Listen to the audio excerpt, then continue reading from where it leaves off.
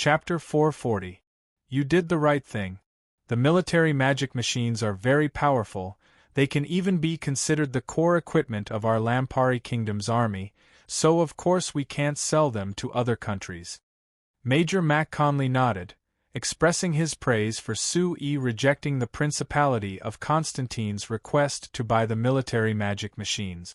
After meeting Anklo's envoy last night, Sue-Yi went to the army headquarters training ground to find Major Mac Conley the next morning. Other than meeting according to their agreement, he also told Major Mac Conley about his conversation with Anklo's envoy last night. Military magic machines were different from normal household magic machines, so they would be controlled to a certain extent. It was fine if it was normal equipment, but military magic machines were very important to the Lampuri Kingdom's Royal Army headquarters, so naturally he had to inform the army headquarters ahead of time and obtain their approval. But the army headquarters didn't want such an important thing to be sold outside the Lampari Kingdom, so Major Mac Conley agreed with Sue-Yi's decision. Sue-Yi laughed. Since the army headquarters agrees that the military magic machines are the core equipment, shouldn't we make more orders? Major Mac Conley gave a dry laugh. We still need to discuss it before we can make a decision. Sue-Yi said in a curious voice, this isn't right. When the army headquarters didn't have money before, they still made many orders with our company. The kingdom's finances have improved this year, so the army headquarters budget should have increased by quite a bit, so why are they hesitating to buy the military magic machines? Major Mac Conley slowly shook his head. After hesitating a bit, he said with a sigh, Chairman Sue, you have a close relationship with Her Highness, so you should have heard that His Highness Eric is organizing the Northern Army to attack the Sac Kingdom, right? I have indeed heard Her Highness mention this before. Sue-Yi nodded. But how is this related to the army headquarters hesitating to buy the military magic machines? If they really want to attack the Sac Kingdom, shouldn't they be buying more military magic machines? Our Chamber of Commerce has just developed 2 new military magic machines. If we give them to the Northern Army, the counterattack will be much smoother. I'm very clear on this and I believe in the abilities of your new flyer. But Major Mac Conley had a bitter smile on his face. Chairman Sue, the Northern Army is currently under His Highness Eric's command and your new flyer's relationship with Her Highness Seveny. Sue-Yi was a bit surprised before saying with a frown.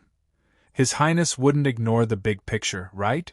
No matter what relationship our company has with Her Highness Seveny, there is no doubt about the use of these military magic machines. I understand. You understand. In fact, His Highness also understands this. But Chairman Sue, you and His Highness, there are many things that you can't do, I think you can understand that. I understand. Sue-Yi couldn't help giving a cold laugh. Although he hadn't met His Highness Eric yet, just based on the decision he made, he could see that His Highness was a bit short-sighted. Even if their positions were different, attacking the Sac Kingdom was an important matter for the Lampari Kingdom. For this kind of important matter, if he gave up his advantage because of his position, wouldn't he be sacrificing the lives of the Northern Army and disregarding the benefits of the Lampari Kingdom? Thinking of this, Sue-Yi's heart suddenly skipped a beat. His Majesty didn't say anything about His Highness' decision? Sue-Yi asked. Although he didn't have much contact with the king, Sue-Yi could tell from this short contact that Lampuri 13th was worthy of being called a wise king by everyone. He had courage, vision, and was very decisive. Sue-Yi didn't believe that he couldn't see the problem behind His Highness Eric's decision. His Majesty did not say anything. Major Mac Conley shook his head. Mac Conley shook his head, because when he sent the 2 princes and Her Highness Seveny out, His Majesty said that he wouldn't interfere with their decisions. But what His Highness Eric wants to do this time is related to the entire Lampari Kingdom. Could it be that His Majesty wants to sit back and watch? Sue-Yi said in a surprised voice. Don't try to guess His Majesty's thoughts. Major Mac Conley shook his head before saying, but I think that His Majesty wants to see His Highness Eric's abilities through this matter. Using the entire Northern Army to test His Highness Eric? Sui deeply knit his brows. His Majesty isn't worried about going overboard and putting the entire Lampari kingdom in a disadvantageous position? I've said it before, don't try to guess His Majesty's thoughts. Major Mac Conley seriously warned Sui before patting his shoulder and continuing, "All right, let's stop discussing this matter. I had you come here today mainly to let you see something."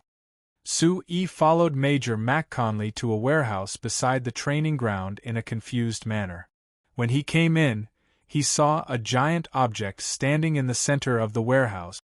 Looking over, Sui was stunned. "This is a magic trebuchet?" Sui walked over to the magic trebuchet that looked like the one made by New Flyer, and after seriously looking it over, he shook his head. "No, this thing is quite different from the magic trebuchet made by our company." "Major Mac Conley, could it be that your army headquarters is secretly researching magic trebuchet? Do you think that our army headquarters has too much money and nowhere to spend it? With your New Flyer providing the magic trebuchet, why would we research it ourselves?" Major Mac Conley shook his head. Looking at the magic trebuchet in the warehouse, his eyes became serious. This magic trebuchet was captured by the Northern Army during the Sac Kingdom's counterattack on the Muerto Mountains. Sui was stunned. That means this magic trebuchet was made by the Sac Kingdom? Young hero Mac Conley carefully looked at Sui's expression, and after confirming that he wasn't faking it, he slowly nodded. "That's right." Sui's expression became incomparably serious. He went around the magic trebuchet several times, and even climbed to the top of the magic trebuchet to carefully look it over. After looking over all the details, Sui's expression became even more serious. "How is it, Chairman Su? How is this magic trebuchet compared to the magic trebuchet made by your New Flyer?" Major Mac Conley asked.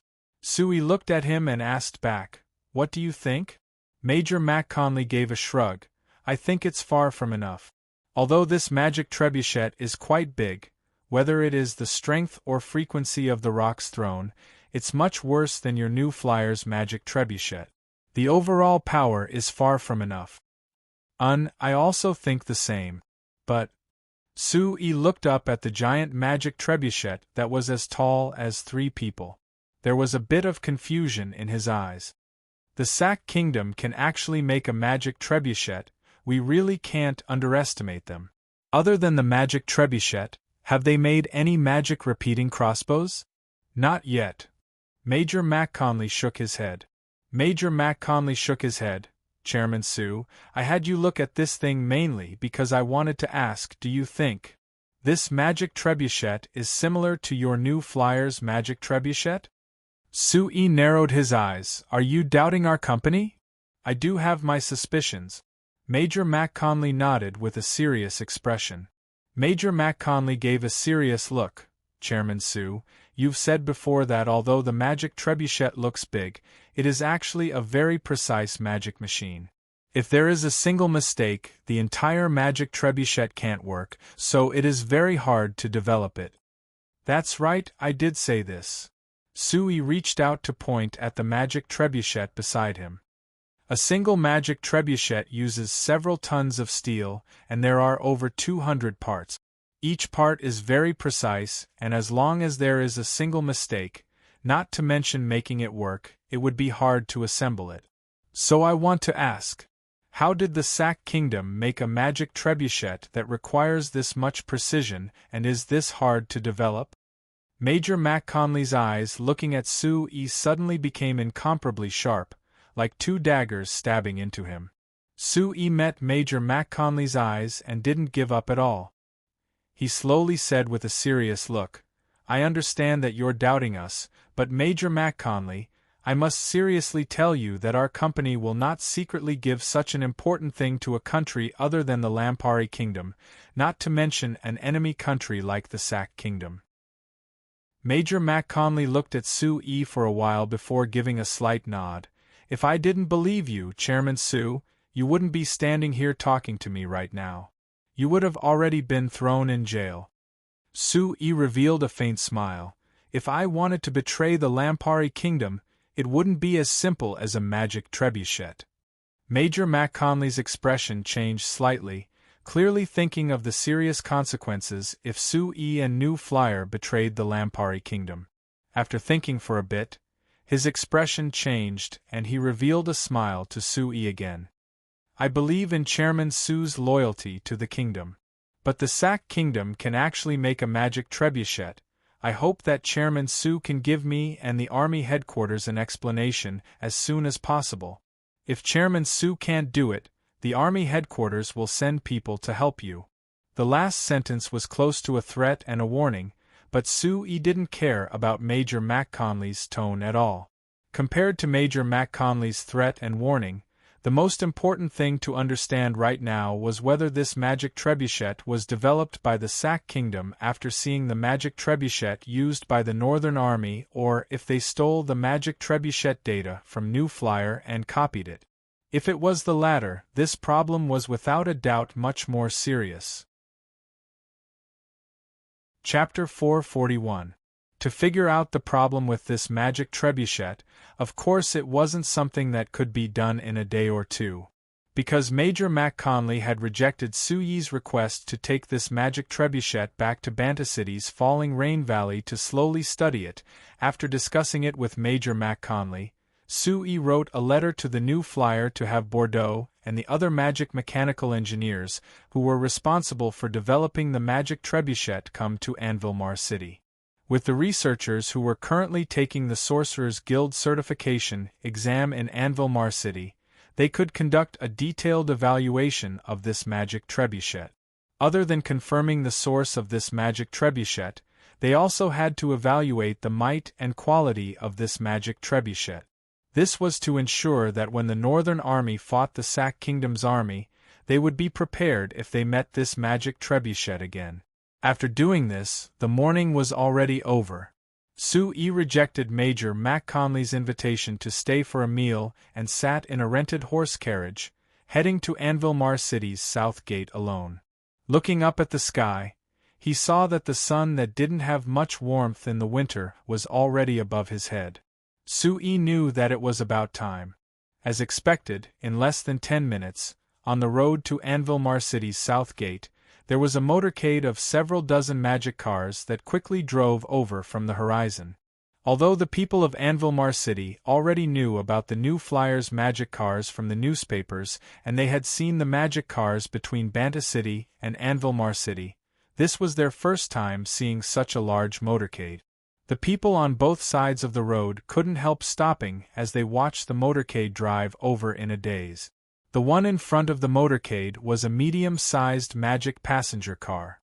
When it approached Sue-yi, it began to slow down and stopped right beside Sue-yi. When the door opened, the first one to come out was Kennard. "Sir Chairman, the first batch is here. Do you want to check it?" Kennard asked with a smile. "What's there to worry about when you're handling things?" Sue-yi shook his head with a smile. He looked at the two medium-sized magic passenger cars behind them and found that there was a group of beautiful young girls who either had rabbit ears or long furry tails behind them, but they were all very beautiful and slender. "Did Steele finally decide to let the new moon troop come?" Sue-yi asked. She said that since Sir Chairman is in Anvilmar City, she didn't need to come because she believed that you would be able to arrange it. Of course she couldn't miss this chance, so she had the new moon troop come with me. "Sir President, what do you think we should do with them?" "It's a good thing I was already prepared." Sue-yi gave a shrug. "Let them follow us into the city later. As for their accommodation," Sue-yi glanced at Kennard and asked, "Oh right, you should go home first, right? What about Sophia? Why didn't she come back with you?" "Sophia said that since you weren't here, she had to stay and take care of Steele for you, so she didn't come back," Kennard replied with a smile. "She took care of Steele?" Sue-yi had a look of disbelief.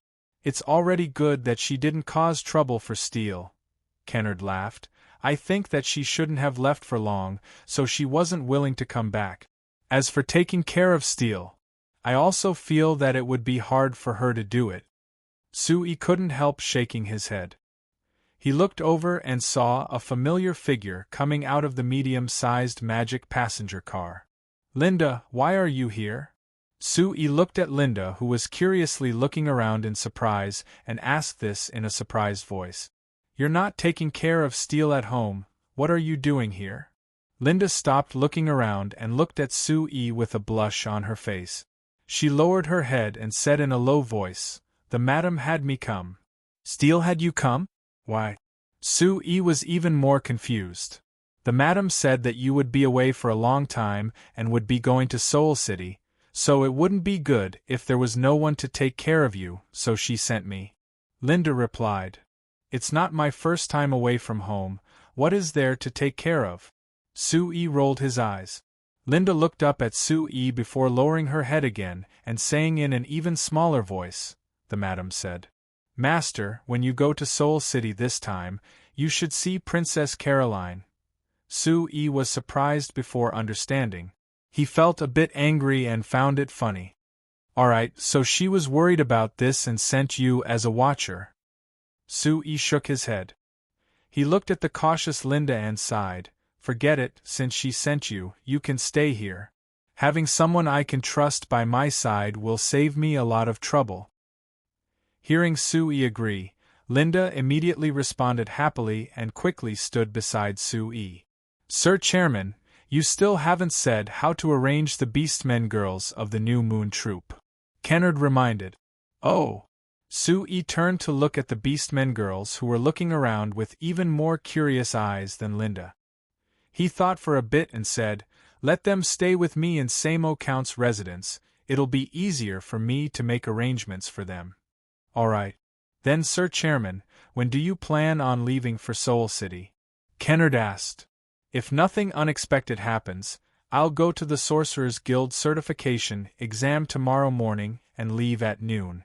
Samo Count must be anxious waiting for me. I understand, I'll take care of the rest. Kennard nodded. Sui couldn't help smiling. Ever since Kennard became the CEO of the company, he could save a lot of time and effort. For example, he accepted Samo Count's invitation to go to Soul City to invest in the production base. There were many things to do, but Sui only gave orders and didn't do anything. Kennard took care of everything and brought all the manpower and resources he needed over. Moreover, Sui was assured in handing over the matters after he left Anvilmar City to Kennard, so he didn't need to stay here any longer. It's been hard on you these past few days. Go home and see your parents first and have a good rest. Sui patted Kennard's shoulder to show his praise. It isn't considered hard. Sir Chairman, I think that since I'm back, Lord Father might invite you to my home as a guest. Are you willing to go? Of course, why wouldn't I? Sui said with a smile. If it wasn't for the fact that you were coming soon, I would have gone to see Emma Count in the next few days. But it depends on the specific time, I have to head to Soul City as soon as possible. All right, I will discuss this with Father. After this, Kennard led the transport magic car to the warehouse that Sui had already rented outside the city. Sui had 2 medium-sized magic cars take him, Linda, and the Beastmen girls of the New Moon Troupe into Anvilmar City. The 2 medium-sized magic cars attracted the attention of countless people on the way. When they stopped in front of Count Samo's yard, a group of beautiful and cute Beastmen girls jumped out and attracted everyone's attention. When Sui got out, a middle-aged man came out of the crowd and loudly asked Sui, Hello, I am reporter Rector from the Anvilmar Times. May I ask if you are the new Flyers chairman Sui? Yes, I am Sui. Hello, reporter Rector. Sui politely greeted him. Rector's face lit up as he looked at the Beastmen girls behind Sui. He asked with an excited look, Chairman Su, based on the appearance of these girls, they should be Beastmen, right? That's right. Based on their appearances, they come from the Fox, Cat, Leopard, and other Beastmen clans. They are all young Beastmen girls. Sui replied. Hearing Sui's response, the surrounding crowd gave a sigh. For most humans, beastmen were ugly, cruel, and vicious in their minds, but these beastmen girls in front of them all looked pure and beautiful. With their beastmen characteristics, they looked very cute, not looking cruel or vicious at all. Chairman Su, I know that your new flyer has hired many workers from other clans. Are these beastmen girls also your company's employees? What kind of work do they do in your company? Rector asked again. No, they are members of the New Moon Chamber of Commerce's New Moon Troop. They have nothing to do with our new flyer. New Moon Troop. Rector revealed a surprised expression. Could it be that these beastmen girls' work is singing and dancing? You don't believe me? Su-yi smiled. He turned around and waved his hand at a fox girl. Come, Avril, sing a song for everyone. Being stared at by the surrounding people, Avril had stage fright, but after Su-yi patted her shoulder encouragingly, she gathered her courage and opened her mouth. Avril's voice was clear and beautiful, yet extremely coquettish. It sounded like someone was using a fur ball to tease one's ears. It made one feel extremely comfortable, yet at the same time, it also made one's heart itch. Unknowingly, the surrounding people were attracted by this song and they all quieted down to listen. Seeing the surrounding people's reaction, Su-yi nodded in satisfaction. When he first heard Avril's voice, he was shocked and deeply attracted to it. Now that he saw her reaction in front of everyone, the New Moon Troop's fame would instantly rise. With this strong advertising foundation, the New Moon Troop's task of creating a new image for the Beastmen would be much easier. Chapter 442. The technology in Signs couldn't compare to Earth's, so the so-called embassy naturally couldn't compare to the high-end embassies on Earth. But as one of the few peaceful countries in the Lampari Kingdom, the West Hack Kingdom's embassy in Anvil City still took up quite a bit of space. However, it was apparent that the West Hack Kingdom didn't place much importance on this embassy. The entire embassy appeared to be nothing more than an ordinary residential building. Apart from the flag that represented the West Hack Kingdom, there wasn't anything else that made it seem like an important building. Su-yi had heard a phrase on Earth. When a country established an embassy in another country, it symbolized the image of their country, as well as the importance they placed on the other country. This phrase was also true in Signs. From Su-yi's point of view, the reason why the West Hack Kingdom's embassy in the Lampari Kingdom was this normal was not because they didn't care about the image of their country, but rather because they didn't care about the Lampari Kingdom that much. After all, compared to the West Hack Kingdom that could compete with the Kanla Empire and the Malar Empire, the Lampari Kingdom that was still in chaos 10 years ago and could be considered one of the weakest countries on the continent, they weren't on the same level. So when Su-yi arrived at the West Hack Kingdom's embassy at 7 o'clock in the evening with an invitation in hand, although the waiter was very warm and the West Hack Kingdom's ambassador had a face full of smiles, Su-yi could easily feel a sense of disdain. Su-yi thought that since the West Hack Kingdom's embassy had sent someone to invite him, they would definitely have something important to discuss, but after seeing this scene, if it wasn't for the fact that he saw a few acquaintances at the banquet, he really would have turned to leave and wouldn't waste time here. Chairman Rank, based on the attitude of Ambassador Palomas towards you, this shouldn't be the first time you've been invited to this banquet, right? Su-yi asked the first familiar person he met, the Serene Chamber of Commerce's Chairman Rank, who also came from Banta City. That's right.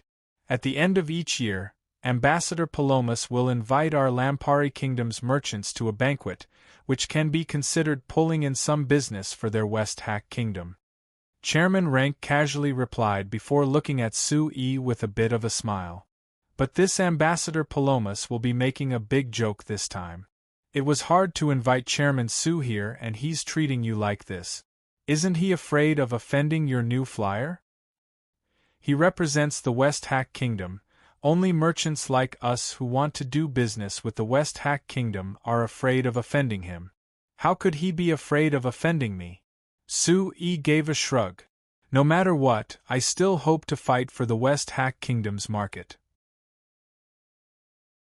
Chairman Rank, on account of being old friends, tell me, what is the investment environment in the West Hack Kingdom like?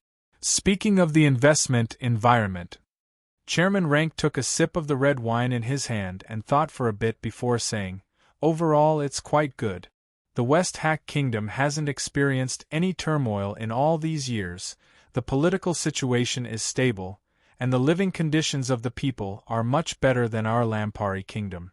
They also have strong spending power, so the market is very wide. The only problem is... What is it? President Rank glanced at Ambassador Palomas, who was talking to a merchant in the distance, and lowered his voice slightly. The West Hack Kingdom's political situation is very stable, but it's been stable for too long. The officials are becoming more and more extravagant. Sui instantly understood. Chairman Rank's words were clearly referring to how serious the corruption problem in the West Hack Kingdom was. Sui pointed at Ambassador Palomas. What about this Ambassador Palomas? Chairman Rank took another sip of red wine as a strange smile appeared on his face, but he didn't say anything. Suyi's heart lit up. He revealed a smile and didn't keep asking. After chatting with Chairman Rank for a bit, Sui saw the merchant beside Ambassador Palomas leave and walked over. Ambassador Palomas! Ambassador Palomas! Two shouts sounded at the same time as another merchant from the Lampari Kingdom came over from another direction and greeted Ambassador Palomas at the same time as Sui. The two were surprised and looked at each other. Sui discovered that the person who had the same idea as him was actually the chairman of the Walmart Chamber of Commerce, Colmar Runst. Hey, Chairman Runst, hello. I saw you earlier, but didn't have time to greet you. Sui waved his hand. Chairman Runst returned Sui's smile and glanced at Ambassador Palomas before nodding at Sui. Since you have business with the ambassador, you can chat with him first. Lord Ambassador, I'll come find you later. After saying that, Chairman Runst raised his wine glass to Sui and Ambassador Palomas before turning to leave. Ambassador Palomas withdrew his gaze from Chairman Runst and turned to look at Sui in surprise. The Walmart Chamber of Commerce was the largest chamber of commerce in the Lampari Kingdom, so he naturally recognized Chairman Runst. In Ambassador Palomas's view, there were no more than a handful of merchants who could be on equal footing with Chairman Runst in the Lampari Kingdom, so under normal circumstances, it should be this unknown merchant in front of him who took the initiative to back down. However, to his surprise, it was Chairman Runst who took the initiative to back down. Thinking of Chairman Runst's attitude towards Sui, Ambassador Palomas put away his contempt for Sui and smiled at him. May I ask who you are? Lord Ambassador, please allow me to introduce myself. I'm Sui, the chairman of the New Flyer. Sui? New Flyer? Ambassador Palomas had a bit of thought in his eyes, but he immediately revealed a smile as he warmly said, So it's Chairman Su, hello. Based on his expression, Sui could easily tell that this fellow didn't know who he was. It seems like our company's fame isn't big enough. Sui couldn't help muttering in his heart, but he said with a smile, Lord Ambassador, our New Flyer is a company that mainly produces magic machines. Our current main products are, I know. It's those magic fans and magic refrigerators, right? Ambassador Palomas cut off Sui without any courtesy. Your Lampari Kingdom has many companies that produce these things in the past 2 years, and your New Flyer seems to be doing quite well. Isn't that right? Sui couldn't help being happy. Based on the ambassador's words, not only did he not understand New Flyer, he didn't know anything about the magic machine industry at all. He actually said that New Flyer was doing quite well among the magic machine companies. This industry was created by New Flyer alone, all right? Sui was very suspicious now. The invitation to this banquet wasn't decided by the ambassador at all. He might not even have looked at it. Otherwise, how could he be this ignorant? Even if he looked down on Ambassador Palomas in his heart, Sue still had a respectful smile on his face as he replied, "Yes, our company is doing quite well in this aspect. So, Sir Ambassador, do you think our company is qualified to invest in the West Hack Kingdom?" Investment? Ambassador Palomas looked at Sue in surprise. "Your company has the ability to invest in our West Hack Kingdom? Chairman Sue, this isn't a joke. You have to know that even a casual investment would require at least a few 100,000 gold coins." Sue smiled as he nodded. "Yes, I understand. Our company's initial plan is to invest 1,000,000 gold coins in the West Hack Kingdom and establish 2 factories to produce some of our household magic machines. Sir Ambassador, what do you think? 1,000,000 gold coins?" Ambassador Palomas looked at Sue with a stunned expression. He didn't think that this young guy would actually say that he wanted to invest 1,000,000 gold coins.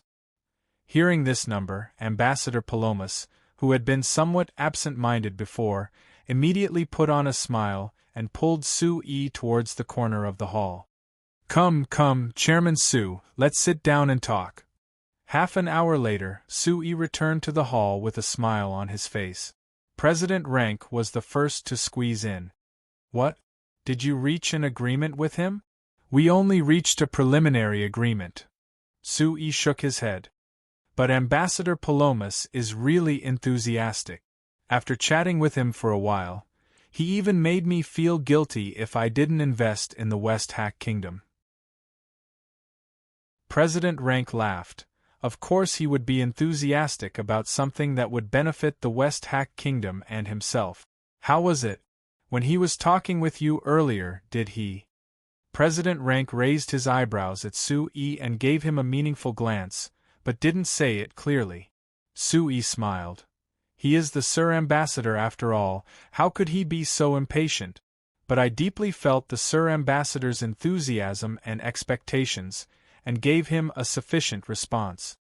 President Rank snorted, but didn't ask how Sue had responded to Ambassador Palomas. He only nodded. "I have to admit that although these people from the West Hack Kingdom are a bit greedy, as long as they are satisfied, they can still be very reliable." "That's good," Sue praised. "I'm afraid of those greedy fellows who don't have the ability, that is the worst thing. Are you thinking of the Principality of Constantine?" President Rank looked at Sue. Sue gave a bitter laugh and shook his head before saying with a sigh, "It's hard to explain in a few words. In short, as an old friend, I really hope that my peers from Banta City won't consider investing in the Principality of Constantine. It really is asking for trouble." President Rank patted Sue shoulder with a smile. "Let's not talk about the Principality of Constantine. Chairman Sue, the matter of doing business in the Sack Kingdom that I mentioned to you last time, are you still interested?"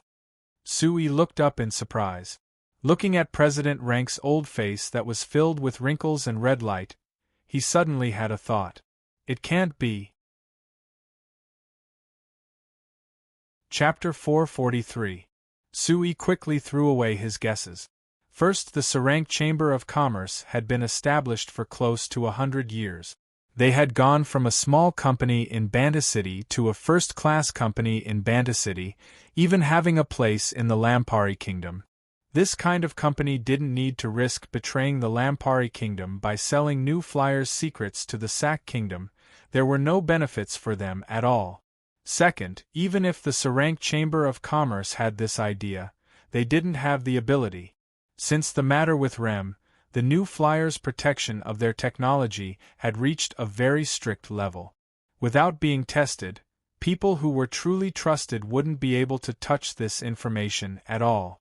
Instead of believing that the serene Chamber of Commerce could send spies into the new flyer to steal the information, it was better to believe that the core researchers of the new flyer had betrayed the new flyer. The number of people in the new flyer that could touch this research could be counted on a single hand. They were the Academy of Magic's chief Evita, the special grade researcher Great Magician Camilla, the Magic Machine Development Center's manager Dwarf Camby, and Sue himself. Sue didn't believe that Evita, great magician Camilla, and Camby would betray the company. Then the Sack Kingdom being able to make a magic trebuchet, the biggest possibility was that they had obtained the information on the magic trebuchet from other channels and used it to imitate it. As for this channel, Sue-E didn't say it in front of Major McConley, but he was actually suspecting the Northern Army and even the Army headquarters. "Hey, Chairman Sue, do you need to consider it for this long?" Seeing that Sue-E had strangely fallen into deep thought after hearing his question, Chairman Rank couldn't help asking this in a confused voice. Oh. Sue-E reacted and said with a smile, "Of course I'm interested, but Chairman Rank, I wonder if your business with the Sack Kingdom is safe? If we send a large batch of goods to the Sack Kingdom and they find an excuse to stop us, wouldn't we suffer a large loss?" President Rank laughed and said, "Don't worry, I haven't been doing this business for a day or two. Besides our Serene Chamber of Commerce, there are many other chambers of commerce in the kingdom that are doing this. We aren't the only one. Actually, the Sack Kingdom has a large demand for magic machines, so the people on the other side have asked me for this many times. If it wasn't inconvenient, the people on the other side would have personally contacted you." I understand." Sue-E nodded. He thought for a bit before saying, "All right, give me some time to consider it. After I come back from Soul City, I'll give you an answer." "All right." Chairman Rank gave a slight nod before asking, "Speaking of this, your Frestek Chamber of Commerce investing in Soul City should be for Count Sean, right?" "Of course." Samo Count is the city lord of Soul City. He has always supported our new flyer. Now that he wants to develop Soul City, he needs our new flyer's investment, so of course I can't reject him. Chairman Rank was silent for a bit before asking, "Soul City isn't far from the Sack Kingdom, so if you're willing to trade with the Sack Kingdom, it's more convenient to go through Soul City. Chairman Sue, you can discuss this matter with Samo Count when you see him. I think that Sir Count will support this." "I will." After the initial discussion, Sue-E found that there was no meaning in staying at this banquet, so he found an excuse to leave. When he came back, he found that there were 2 medium-sized magic cars carrying the Beastmen girls of the New Moon Troop back. Sue-E had agreed to attend the banquet of the West Hack Kingdom's embassy tonight. He had also had Hannes arrange for the Beastmen girls to attend a banquet that Hannes had specially held. The goal was to let the New Moon Troop become famous among the nobles of Anvilmar City. However, based on the unhappy looks on the faces of the Beastmen girls, it seemed like this arrangement had failed. Sue-E looked at Hannes, who came out of the first medium-sized magic car with a confused look. "What is going on?" Hannes had an awkward and ashamed look. He gave a sigh and shook his head before pointing at the door. "Let's go in first." After telling Manager Ram to bring the Beastmen girls to rest, Sue-E and Hannes entered Sue-Ye's private room. Seeing Sue-Ye's doubtful look, Hannes gave a bitter laugh. "Sue-E, sorry, I'm afraid I've messed up tonight." Sue-E knit his brows. "What is going on? Why did you say you messed up?" "My original plan was to have the New Moon Troop perform at my banquet, singing and dancing to liven things up. I thought that with the dance and singing of these Beastmen girls, as well as their beautiful faces, they would definitely be welcomed by the nobles. And the result?" Sue-E was a bit surprised. "I don't believe that the nobles of the city don't like these Beastmen girls. They do like her, but they like her too much." Hannes smiled bitterly. Hannes said with a bitter smile, "After seeing the performance of the New Moon Troop, there were several nobles who directly asked me to sell these Beastmen girls to them." "Sell?" Sue-E was surprised. "They are treating these Beastmen girls as your slaves?" "That's right." Hannes said with a sigh, "You can't blame them for misunderstanding. After all, as long as Beastmen girls appeared in our human world, they would only be slaves and there was no other possibility. Moreover, these Beastmen girls were so young and beautiful, so they all thought that I had gotten a group of Beastmen slaves from somewhere." "And then? How did you respond?" Sue-E asked. Of course I refused. Hannes immediately replied.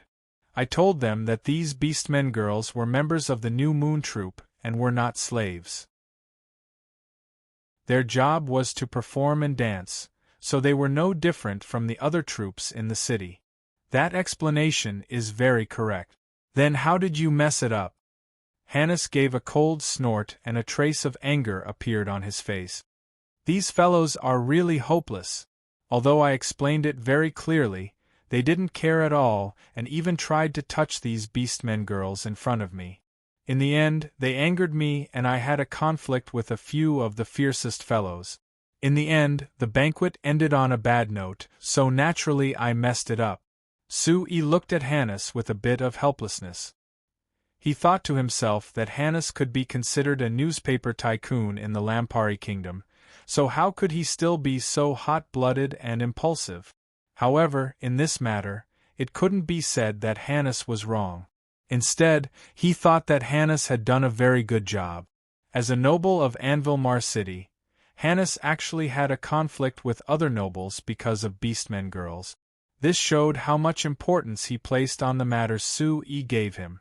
Thinking of this, Sui patted Hannes' shoulder and sincerely said, "It's been hard on you. If it wasn't for helping me, you wouldn't have had a conflict with those nobles. Those fellows are really outrageous. Even if it wasn't for you and those Beastmen girls, I still wouldn't be able to stand it." Seeing the righteous look on Hannes' face, Sui laughed. After thinking about it, he said, "Speaking of this matter is also my fault. Based on what you just said, I overestimated the quality of the nobles in the city. In the end, I made the New Moon Troupe go down the wrong path." "You mean that we aren't going down the high-end path? Then how will the New Moon Troupe quickly integrate into Anvilmar City?" Hannes asked in a surprised voice. Sui revealed a faint smile. "We've actually overlooked a problem. The goal of establishing the New Moon Troupe is to change the impression the people of the kingdom have of Beastmen. So it doesn't matter if the Beastmen girls aren't accepted by the nobles, as long as they are accepted by the majority of the people. But on this point, we have a very large advantage." "What advantage?" Sui pointed at Hannes. "That is you." "Me?" Hannes pointed at himself in a daze. His eyes turned and he reacted, clapping his hands together. "That's right, I have the Anvilmar Times and the Lampuri Weekly under me, so I just need to advertise for them. I say, Sui, you must have thought of this from the beginning, so why didn't you let me advertise for them in the newspapers? Could it be that you weren't willing to spend the money? I've said it before, I overestimated the quality of the nobles in Anvilmar City." Sui gave a shrug. "It's a good thing that it's not too late to change. Come, Hannes, I'll tell you what to do next. The first step will be the public service performance." Half an hour later, Sui stopped talking. Hannes stared at Sui in a daze for a while before slowly shaking his head. He said in a soft voice of praise, "Sui, although I've experienced this many times, I still want to say, just how is your brain growing? Why do you have so many strange ideas? But these ideas are all very useful. This is called talent, you can't be jealous." Sui revealed a proud smile. "How about it? Do you think this plan is feasible?" "Of course it's feasible." Hannes nodded. "I even suspect that you didn't care about the New Moon Troupe at first, otherwise you would have thought of such a great idea already. The New Moon Troupe is Steele's after all, how can I casually interfere with her work? Other than that, it's best if you help me hide this plan and say that it was your idea. I'm just throwing the New Moon Troupe to you, you'll do this, understand?" Sui said. Hannes was stunned. "Why?" "Because this is a work that Steele places great importance on, so I don't want her to know that I have too much of a use in it. This will affect her enthusiasm and confidence, so I don't want that to happen." Hannes looked at Sui with wide eyes for a while before he couldn't help shaking his head and saying with a sigh, "Steele is really lucky to have you as her husband. If I was a girl, perhaps I would also fall in love with you." Sui rolled his eyes, scram, damn gay. Chapter 444.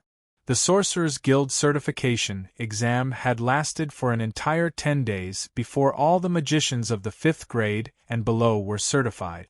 According to the statistics of the Sorcerer's Guild, in these 10 days, there were over 7,000 magicians of the 5th grade and below who passed the certification exam. Of these 7,000 magicians, most of them were primary grade and 2nd grade magicians, totaling close to 5,000.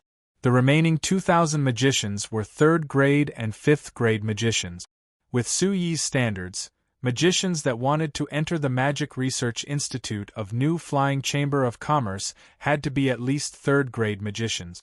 Otherwise, they wouldn't understand the basics of magic at all, so naturally they wouldn't be able to research the magic arrays required for the magic machines. But primary grade and 2nd grade magicians were still qualified to complete the most basic work of arranging magic arrays. If they entered the new flyer, they could be in charge of the core magic arrays of the magic machines in the large factories. Their wages were much higher than normal workers, so it was more important. So in these 10 days, Su Yi had Hannah's place large advertisements in the Anvil Times, recruiting all the magicians in the city.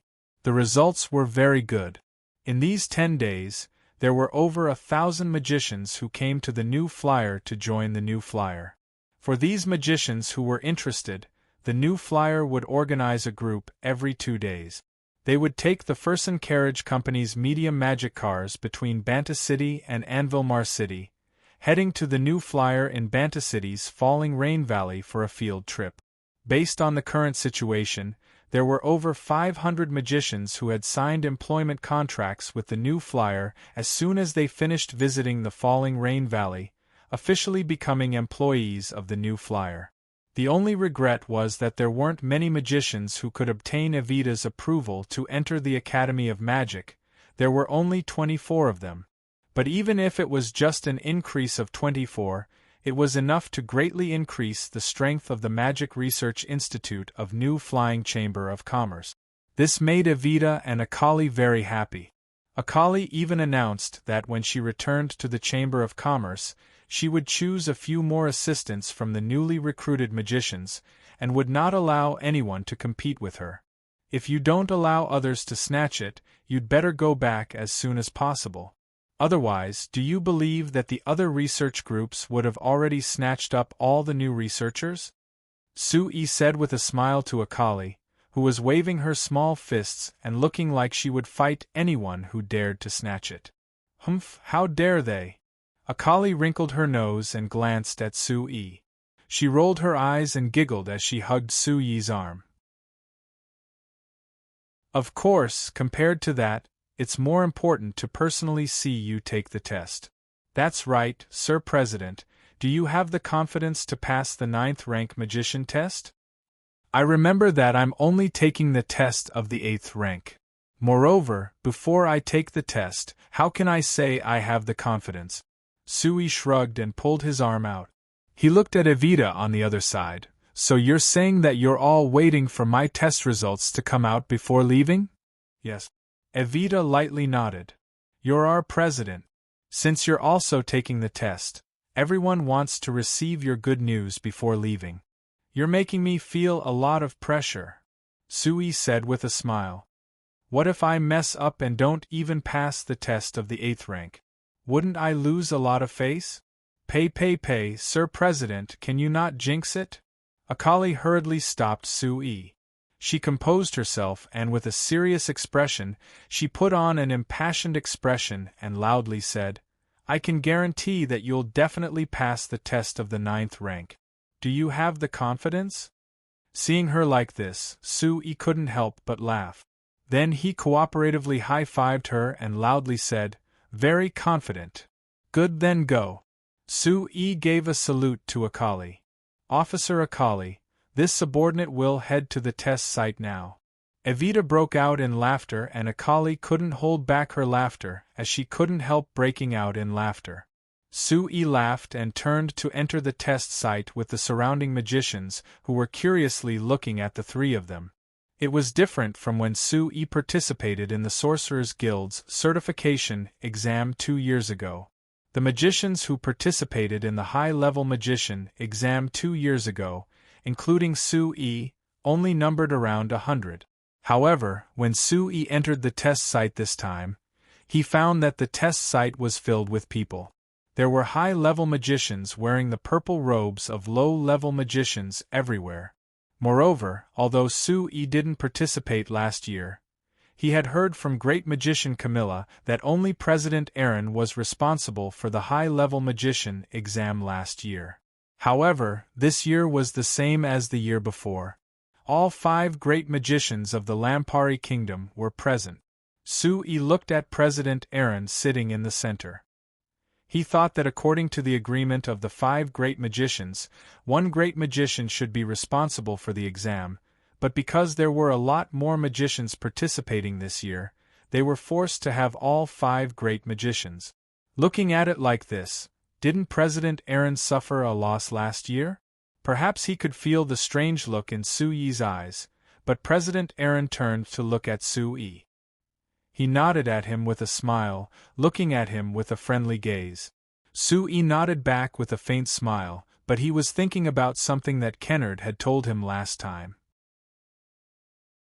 President Aaron had opened a magic machine company in the name of his son Ankh Aaron outside Anvilmar City and obtained a cooperation with New Flyer through President Aaron.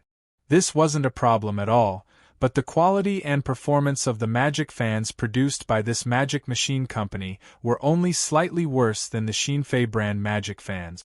It far surpassed the magic fans produced by the other companies in the kingdom. New Flyer had cooperated with many companies, but only their magic machine company's magic fans had such outstanding performance and quality. It couldn't help but arouse the suspicion of Kennard and vigilance of Su-yi. Alex's figure flashed in his mind and Su-yi slightly knit his brows as he gave an emotional sigh in his heart.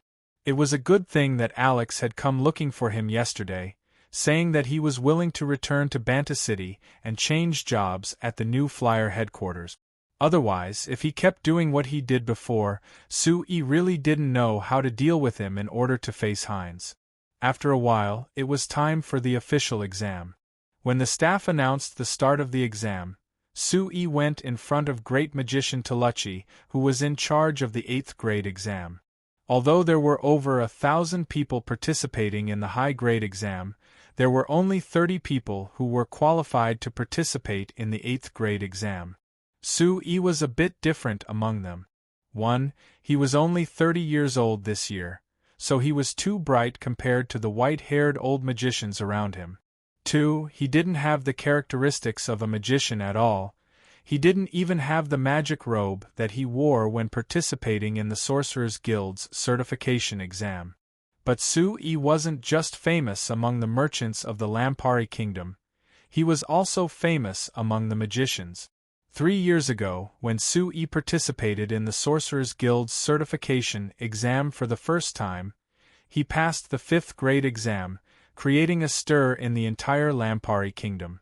And when Su-yi participated in the exam 2 years ago, he directly passed the 7th grade exam. This kind of shocking increase in magic power shocked all the magicians in the kingdom.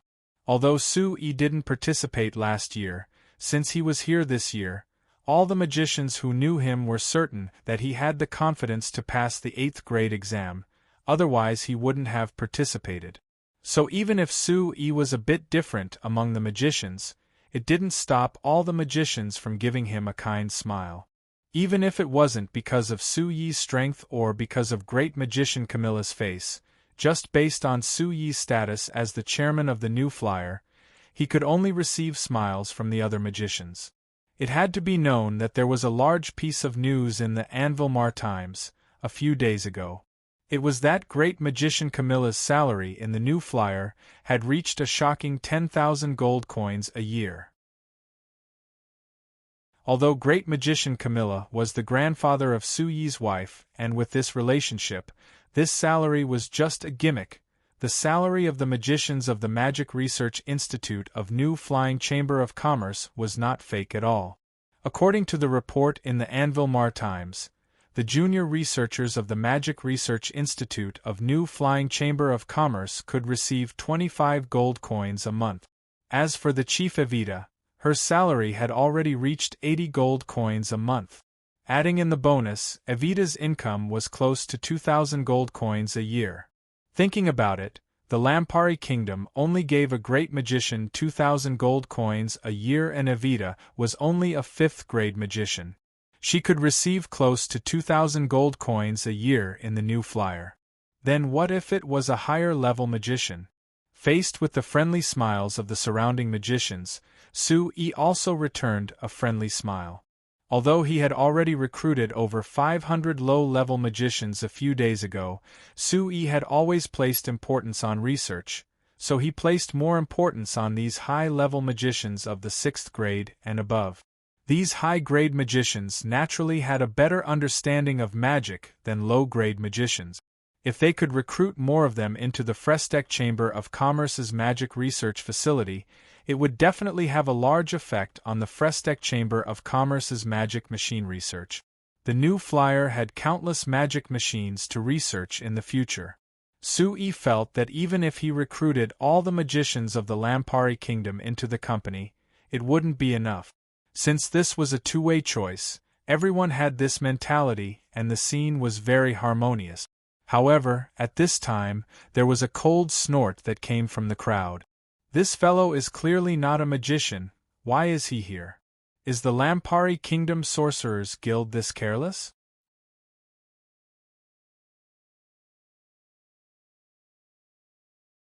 Chapter 445. Everyone looked in the direction of the voice in shock. They found that the rude guy was a short and small magician with half of his hair white. He looked extremely skinny. Great Magician Toluchi, who was in charge of the 8th grade exam, knit his brows. He looked down at the report in his hand and said in a deep voice, "Are you Bucares from the Mirando Duchy? You don't know Su-Yi, so I don't blame you for doubting him, but you're actually questioning the attitude of our Lampari Kingdom Sorcerers Guild? Who gave you the courage?" The thin magician named Bucares slightly raised his head and gave a cold snort. "What? Your Lampari Kingdom Sorcerers Guild won't even let people speak the truth? This kid doesn't look like a magician at all, so why is he standing here? This is simply an insult to us magicians who are also taking the exam." The several dozen magicians present all looked at each other before rolling their eyes. They all felt this was a bit funny. "Hey, didn't Great Magician Toluchi just say that it isn't your fault that you don't know Su-Yi? But now that Great Magician Toluchi has said Su-Yi's name, you're still saying this. I think you're insulting our Lampari Kingdom's Sorcerers Guild, right? You don't even know Su-Yi and you're not embarrassed to speak nonsense here. You really don't know how high the heavens are. You're looking down on Su-Yi? Don't look at how young he is. He is a genius. You're much older than him, so your magic power might not be as high as his."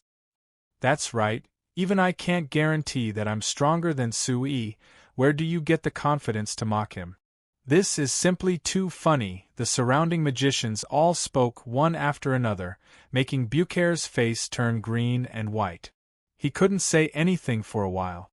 From the reactions of Great Magician Toluchi and the surrounding people, he knew that he had said something wrong. This kid, who didn't look like a magician, seemed to be a famous person in the Lampari Kingdom and was even a famous magic genius. He had clearly made a mistake, but to admit his mistake in front of all these people and apologize to Su-Yi, he couldn't do it at all. Although he wanted to turn around and leave, it wasn't easy for him to participate in the Sorcerers Guild's certification exam. If he left like this, he would be wasting this opportunity. Even if he was a 7th-grade magician, it wasn't easy for him to come to Anvilmar City from the Mirando Duchy, so he couldn't waste this opportunity. Seeing that Bucares was embarrassed by everyone and had an ugly look on his face, Su-Yi as the person involved couldn't take it. With a smile, he walked to Bucares' side and reached his hand out. "Hello, Magician Bucares, please allow me to introduce myself. My name is Su-Yi, I'm a magician, but I'm also the chairman of the New Flyer, so you weren't wrong. I don't look like a magician because I care more about my identity as a merchant. Great Magician Taluchi couldn't help slightly knitting his brows. Sui publicly admitted in front of a group of magicians that compared to his identity as a magician, he cared more about his identity as a merchant. This would have a negative effect on the Magicians Guild. But Sui had already said this, and in the hearts of most of the Lampari Kingdom's magicians, they recognized Sui as the chairman of the New Flyer, so they endured it and didn't point it out. The chairman of the New Flyer? Bucares looked up in surprise and saw the sincere smile on Sui's face. The prejudice he had towards Sui disappeared, and he even had a good impression of him. You're able to participate in the 8th level magician certification exam at such a young age. Your magic talent must be very strong. Why are you the chairman of a company? That's right, you said the New Flyer? I seem to have heard of this company before. Sui shrugged and said with a smile, You're not the first person to say this to me. But in truth, compared to studying magic, I prefer studying magic machines, so my main identity is still a merchant. Magic machines? New Flyer? Bucares knit his brows and thought for a bit before his eyes suddenly lit up. I remember now, the New Flyer you're talking about is a company that produces magic machines, right? This thing seems to be very popular in your Lampari Kingdom and is often mentioned in our Mirando Duchy. I remember. I saw a few magic machines in the Duke's house last time. Since you know this, then you should know what I do. Sui nodded with a smile. Magician Bucares, what do the people of your Mirando Duchy think of the magic machines produced by our company? Bucares shook his head.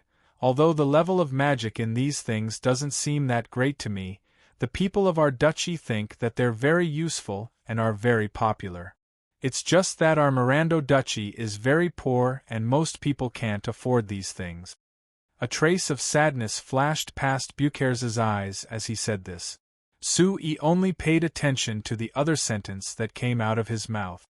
You think the level of magic contained in the magic machines produced by our company isn't that great?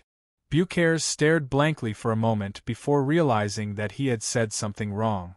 He waved his hands and said, No, I didn't mean anything else, I just think that the level of magic displayed in these magic machines is relatively simple. They're all very basic magic applications. I didn't mean to belittle the magic machines themselves, don't misunderstand. Another magician from the Lampari Kingdom snorted, You still dare to look down on New Flyer's magic machines?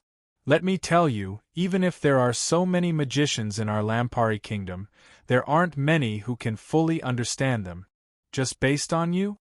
Bucares was obviously someone who couldn't stand being provoked. Hearing this sarcasm, he immediately straightened his neck and said angrily, What? I just think that the level of magic on those magic machines isn't that great. If you can't understand it, then it's because your level isn't that great. Hearing this, Sui couldn't help but let out a long sigh. Sure enough, Bucares' words were equivalent to sweeping all the magicians of the Lampari Kingdom into the mud and angering everyone. The surrounding Lampari Kingdom magicians all began taunting Bucares. You're saying we can't do it? Then why don't you try it if you have the skills? I won't talk about the complicated magic machines in New Flyer, I'll just take out a magic refrigerator. If you can understand what's inside and make your own, it'll be considered your skills. That's right, looking at your poor appearance, I can tell that you haven't touched New Flyer's magic machines many times. You still dare to say that it's simple? Che, you sound like you're very powerful, but do you really dare to study New Flyer's magic machines? If it was that easy to understand, how could the other companies in our Lampari Kingdom be begging New Flyer to transfer their technology?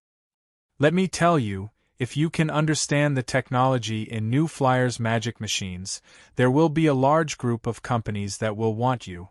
If you're that powerful, do you believe that you can earn tens of thousands of gold coins a year without a problem? What tens of thousands? It'll be at least several 100,000. Once again, Bucharest was stunned by what the crowd was saying. Judging from the reaction of the crowd, which was even more intense than before, he seemed to have gotten something wrong again. But with his stubborn personality, naturally he wouldn't admit defeat, so he loudly rebuked everyone.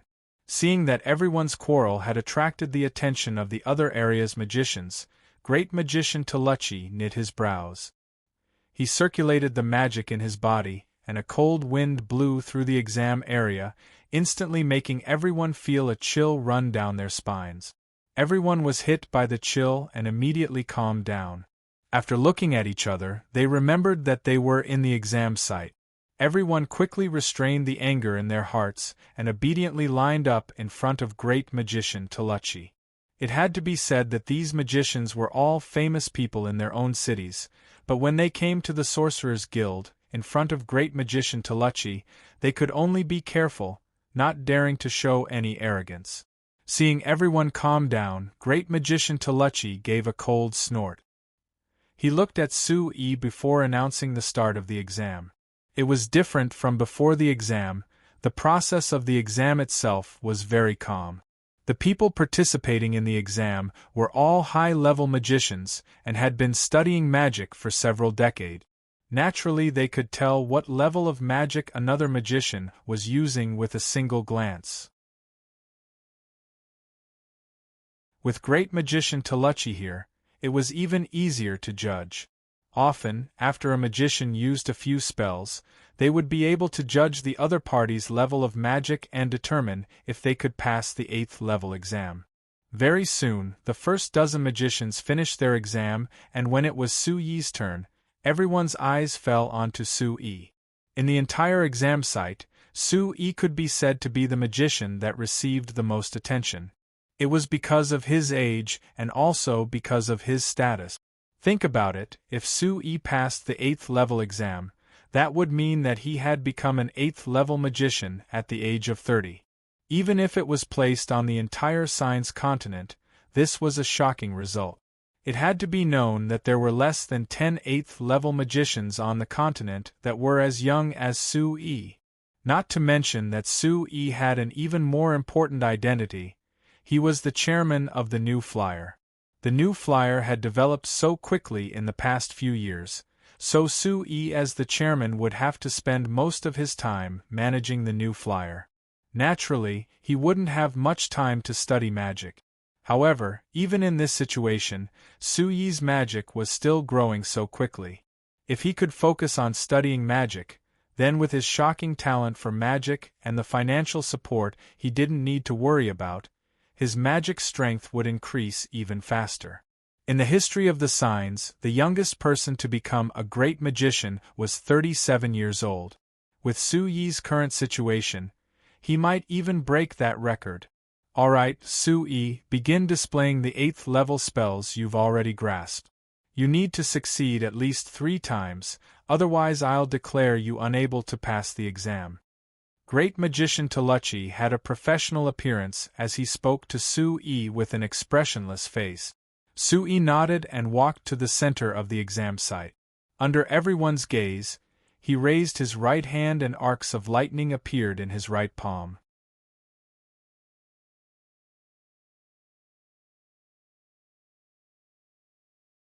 Chapter 446. As a magician of the 8th rank, grasping high-level spells of the various elements was a basic requirement. Because he was researching magic machines, Su-yi was most proficient in wind magic, so what he was showing Great Magician Toluchi was a high-level wind magic, lightning magic.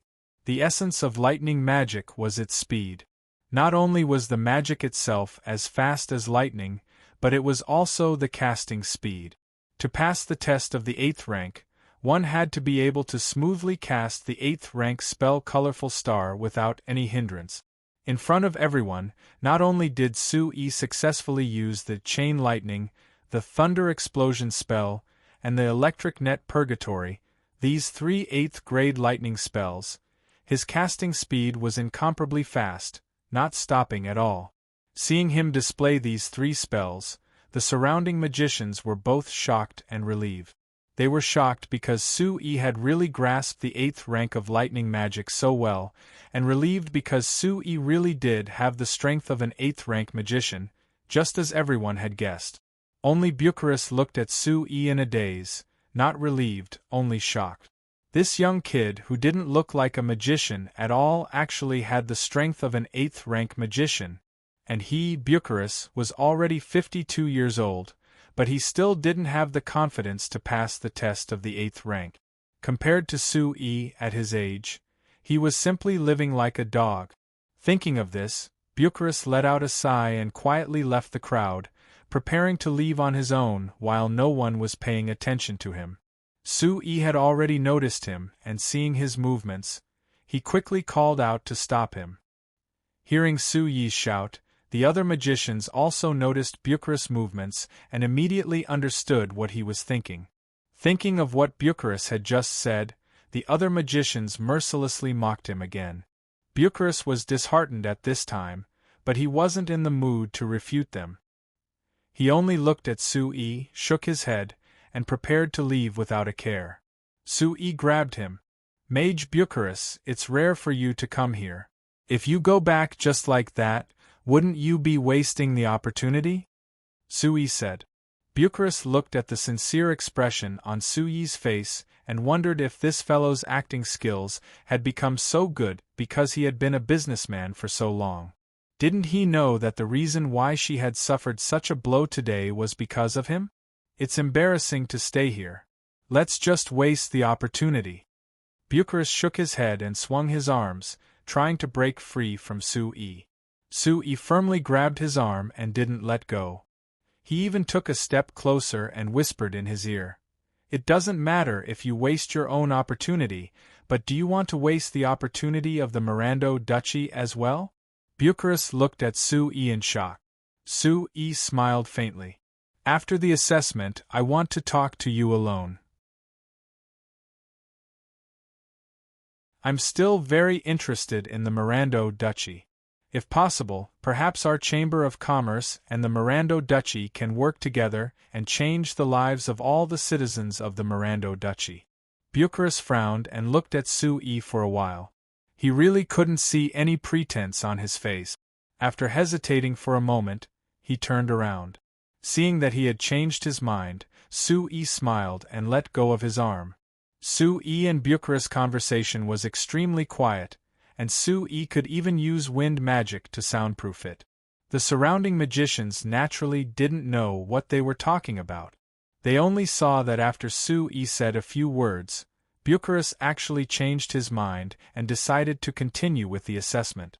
They couldn't help but click their tongues in wonder.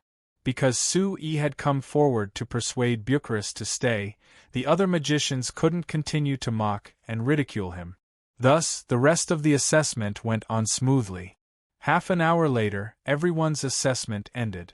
Bucharest wasn't very proficient in the 3/8 level spells he used during the assessment and received a very reluctant evaluation from Great Magician Tolucci. However, he still passed the assessment in the end. This immediately made Bucharest's mood much better. It was to the point that when he talked to Sui in private, a happy smile appeared on his face for the first time. "Chairman Su, I just had a conversation with some magicians and have some understanding of your new flyer. I must apologize to you for underestimating you and the new flyer before," Bucharest said sincerely. Sui was a bit surprised and quickly waved his hand. "It's not a big deal, don't take it to heart." Bucharest nodded and then asked, "But Chairman Su, from the other people's introduction, your new flyer might really have the ability to change the lives of our Mirando Duchy's citizens. However, I have a question. Since you are a merchant, then you must want to obtain some benefits from our Mirando Duchy, right? But our duchy is very small and doesn't have anything special. What benefits can you obtain from us?" Sui lightly shook his head. "Every person and place has their own unique value, it's just that no one has discovered it yet. The Mirando Duchy might not have any value in the eyes of many people, but I know that there is a very unique and precious resource in the Mirando Duchy." "Is that so?" Bucharest looked at Sui with a puzzled expression. I've lived in the Mirando Duchy for 50 years. How come I've never heard of such a thing? That's because no one has discovered it before. Sui smiled. But from the various samples brought back by the caravan that I commissioned to go to the Mirando Duchy, I discovered this precious resource. That's why I had the idea of cooperating with the Mirando Duchy.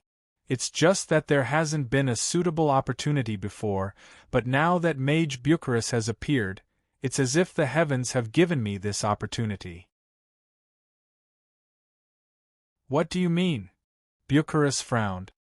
I'm not the Grand Duke, and I can't decide anything in the Mirando Duchy. There's no use for you to look for me.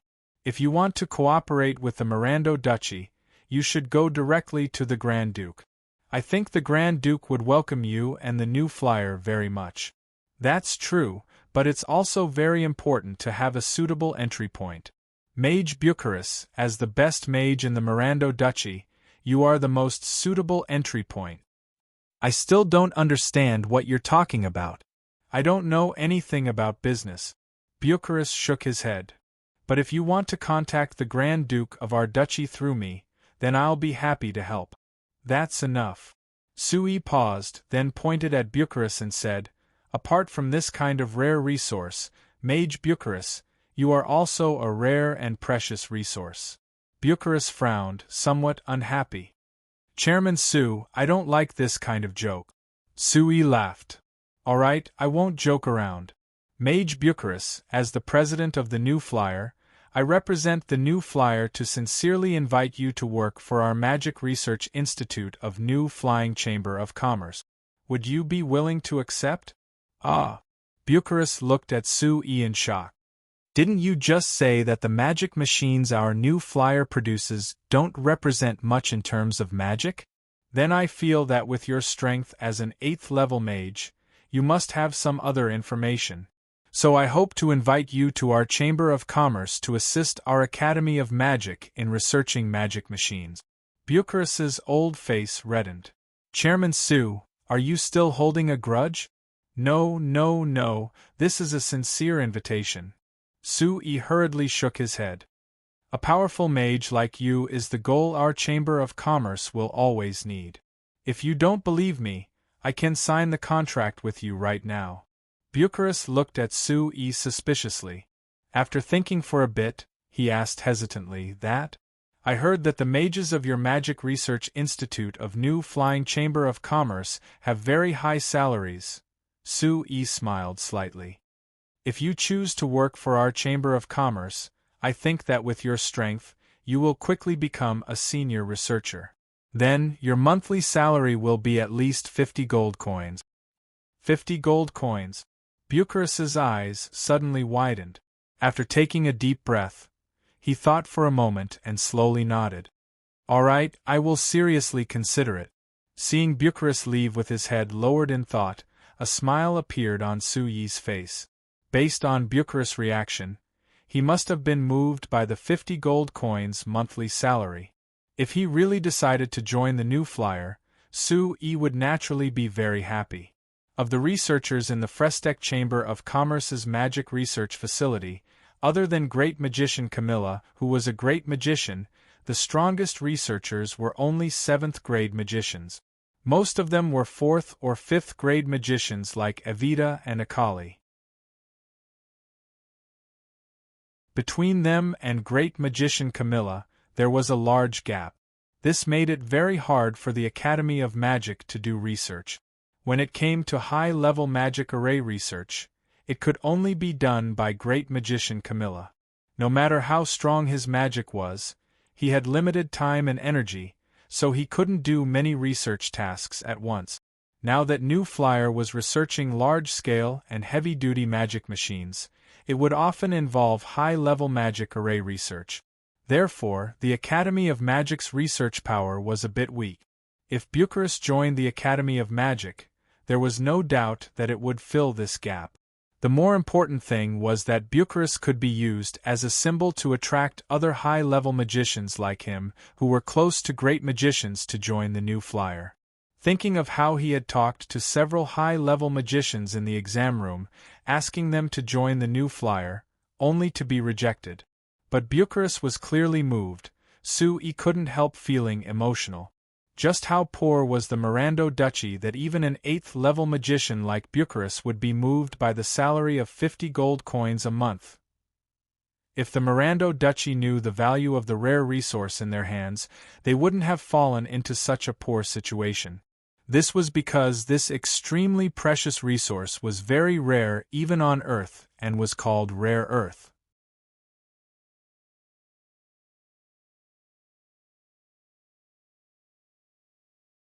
Chapter 447. There was a motorcade of over 20 transport magic cars and a medium-sized magic passenger car that was quickly moving along the road of the Lampari Kingdom's northeast province. Because they were moving faster than horse carriages, the motorcade couldn't help shaking when they passed by bumps on the road. Purring! When they passed by a deep hole, the small medium-sized magic passenger car in the motorcade shook, causing the passengers inside to jump out of their seat. Sui fell into his seat. Even if the soft seats of the medium-sized magic passenger car offset most of the impact, his butt still hurt from the shock, and he couldn't help knitting his brows. This road really is too bad. Camby, who was sitting beside Sui, had the strong body of a dwarf, but he couldn't help complaining. This kind of road is also worthy of being called a road? That's right, it's much worse than the roads in Arbanta City. The Amsterdam Chamber of Commerce really cut corners when building this road. I wonder who's the one who's taking over this road? The road is this bad, I think that they should be responsible for it. It might not be related to the Amsterdam Chamber of Commerce that much. How could it not be related? This road was built by the Amsterdam Chamber of Commerce. The people who built this road couldn't have the Amsterdam Chamber of Commerce build it like this, right? That might not be the case. The other researchers of the New Flyer Magic Machine Development Center who came with Camby all rubbed their butts as they complained. Hearing their complaints, Sui opened the window and poked his head out. Looking over the road in front of them, Sui deeply knit his brows. It was fine if it was just one or two roads that were bad, since the Amsterdam Chamber of Commerce's road technology couldn't compare to the roads on Earth, so the quality of the road couldn't compare to the roads on Earth. But in Sui's eyes, the road was filled with potholes. Other than the cement on the surface that showed that it was a road, it was even worse than the old roads that could be seen all over the Lampari Kingdom. Sui's eyes naturally turned to the road, and after looking over it, he couldn't help giving a cold snort. The cement on this road wasn't even 10 centimeters thick.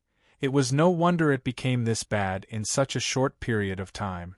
This was also because the main roads in the Lampari Kingdom were horse carriages, so they couldn't carry more than a ton of goods. If it were those large trucks in the area that could easily carry dozens or even hundreds of tons of goods, the cement road would be crushed into pieces in a matter of minutes. After cursing in his heart, Sui pulled back his head and closed the window to prevent the cold from blowing in. Then he looked down at the map in his hand, and after looking around, he pointed at a place marked on the map. We should be here now, right? Sui pointed at the map as he said this. Camby looked over. That's right, we should be in Lamart City soon. Lamart City. Sui thought for a bit before slightly knitting his brows. According to the information he collected ahead of time, Lamart City's city lord came from the Will family, and the Will family was a firm conservative faction in the Lampari Kingdom. They had already declared their support for His Highness Eric, and their attitude towards the new flyer wasn't good. When the new flyer wanted to expand and build production bases in the various cities of the Lampari Kingdom, they had taken the initiative to invest in Lamart City, but they had been firmly rejected by the Lamart City's city lord. I wonder if the condition of this road is related to this. Sui muttered before turning to Camby. Camby, remember this. When we get back, we need to properly study the shock absorption system of the magic car. We can't expect all the roads on the continent to be as smooth as the falling rain road, so the magic cars we produce have to be able to adapt to all the road. Shock absorption system? Kanbai was startled. Camby was surprised. How do we do this?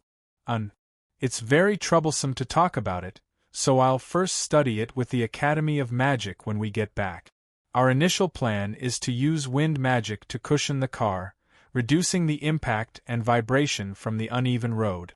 As for how to do it, we'll have to study it when we get back. Cushioning the entire car? Kanbai frowned. Camby knitted his brows. Then to create a buffer for the wind magic, how do we connect the car to the ground? Do you still remember the suspension structure I mentioned to you before? Su-Yi reminded him. Although the medium-sized magic car we're riding in already uses this technology, after driving on this road, I feel that it's far from enough. Since there's something as convenient as wind magic, of course we should use it. Using wind magic as a buffer, the effect is much better than using a hard spring. But as for the specific structure, Camby was silent for a bit before discussing it with the researchers of the Magic Machine Development Center beside him. These researchers weren't all dwarves, there were also some human researchers who were talented in mechanical engineering. When they heard Su-Yi mention the shock absorption system, they excitedly proposed their own ideas. For a while, the car was filled with heated discussion. Hearing the heated discussion between Camby and the researchers, Su-Yi revealed a smile. He didn't participate and looked back at the map in his hand. This map of the Lampari Kingdom was similar to the map hanging in his study in the Falling Star Manor, but there were also parts of it that were painted in red. The places that were painted in red meant that in the corresponding cities, the companies related to the magic machine industry had already infiltrated. In the area of Banta City, there were naturally a bunch of red dots that dyed almost all of Banta City red. Outside Banta City, Karma City, Saltan City, Norton City, Canberra City, Kramer City, Anvilmar City, and other cities that were several hundred kilometers away from Banta City were also dyed red. This meant that New Flyer and the other companies related to the magic machine industry had already infiltrated these cities. Other than these cities that were currently being developed, there were many other cities in the Lampari Kingdom that Su-Yi had painted a small red circle. This meant that New Flyer and the other companies related to the magic machine industry were planning to invest in these cities, bringing these cities under the influence of the magic machine industry. However, on this map, there were large areas that remained the same and weren't dyed red at all. Lamart City was one of them. Seeing these areas that didn't seem to be affected at all, Su-Yi deeply knit his brows. These places weren't affected by the magic machine industry that was currently developing in the Lampari Kingdom because these places were in the sphere of influence that supported His Highness Eric.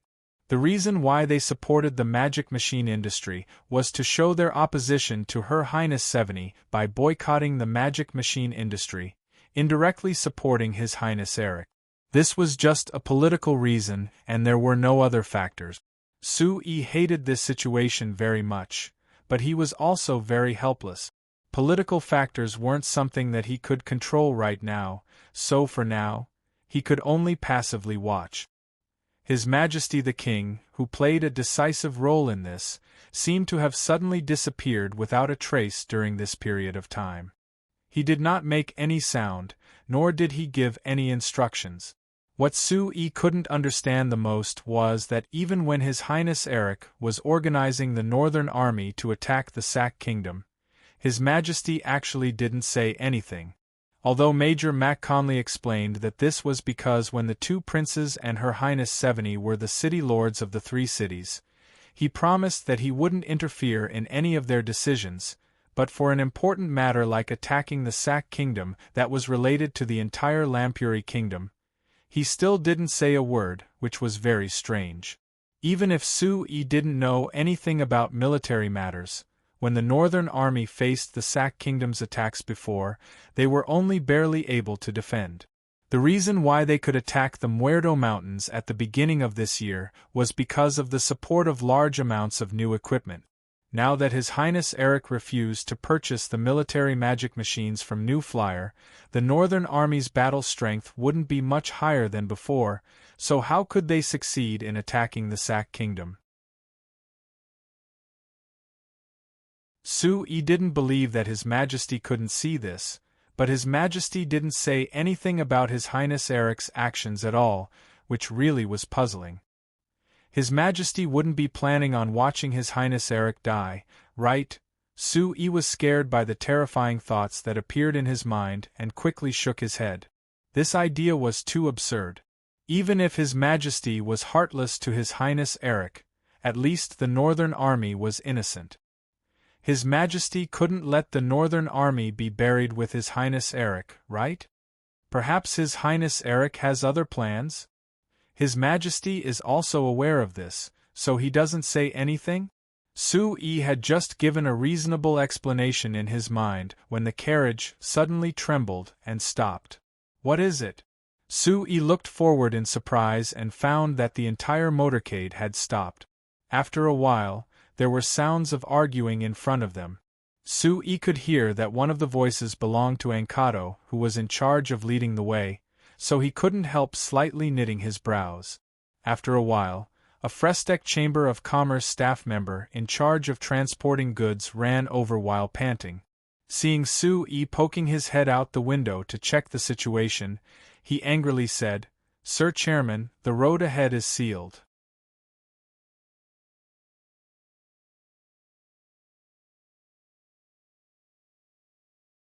Chapter 448.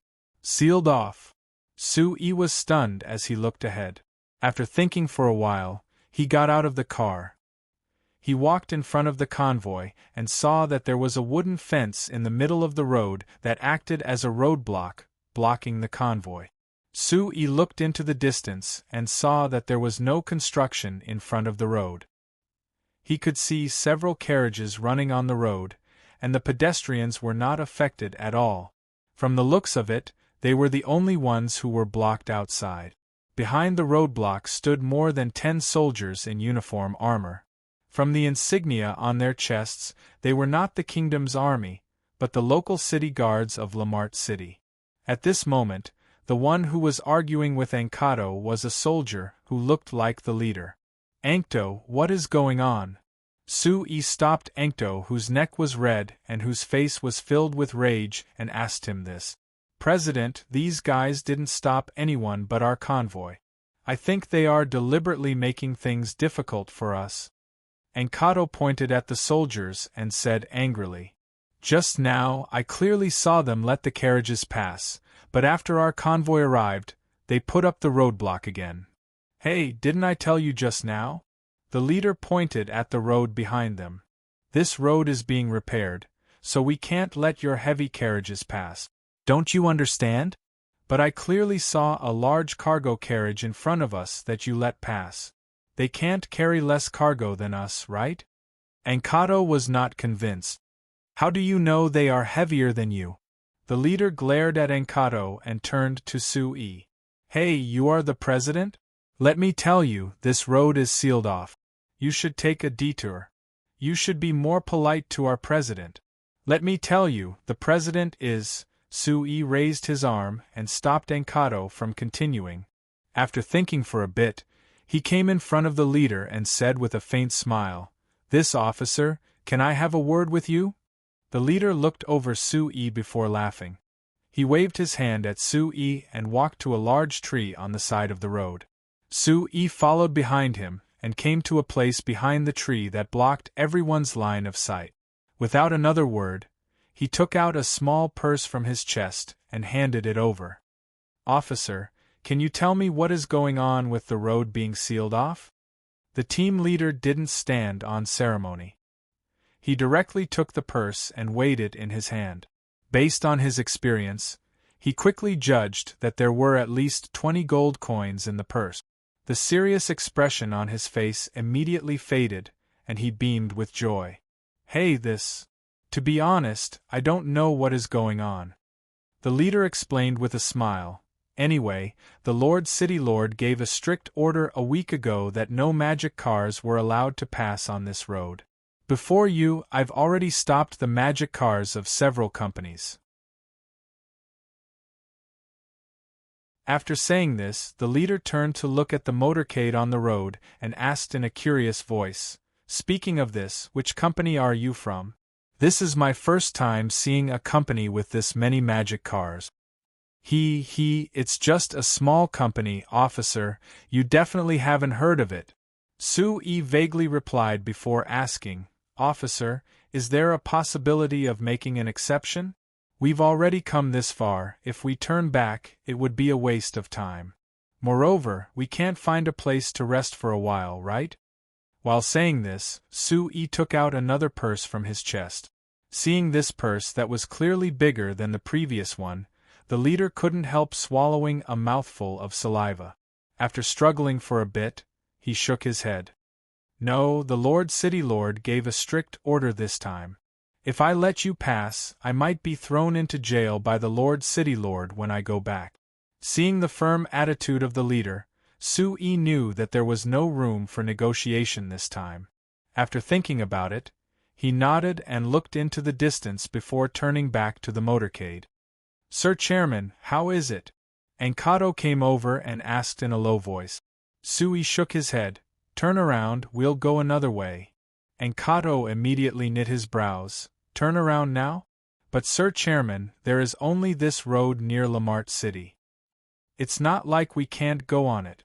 Then again, how much better is this road compared to the normal dirt roads?" Sui asked back. Enkato looked at the bumpy road under his feet and gave a cold laugh. Then he looked at the soldiers behind the barricades on the road before turning to get in the car. Seeing the first transport magic car that Enkato personally drove turn around on this broken road, Sui returned to the medium-sized magic car in the middle of the motorcade. After explaining to Camby and the others, they were all confused. "It's fine to talk about repairing the road. This road is this broken, it should be repaired. But why is it only limited to magic cars?" Camby knit his brows. Could it be that this is aimed at our new flyer? Sui looked at the horizon in the distance and found that he couldn't even see the city walls of Lamart City. He shook his head and said, "I don't know. Perhaps there is this reason, but that isn't important. After all, this isn't Banta City. I'm too lazy to waste time talking to Lamart City's city lord. Moreover, I just said to Enkato that taking this road isn't much different from taking a normal dirt road, right?" Everyone in the car broke out in laughter. "That's right, this broken road can't even compare to some old dirt road. Che, our village's previous road is better than this broken road. Alright, let's go back and look down on those fellows from the Amsterdam Chamber of Commerce. They really aren't embarrassed to build such a broken road." Sui didn't join in on their teasing and opened the map again. His finger first pointed at Anvilmar City on the map before moving along the road to Seoul City. Apart from pausing on Lamart City, his finger also paused on two other cities that he passed by. The situation of the other two cities was similar to Lamart City. They had rejected New Flyer's investment because they supported His Highness Eric.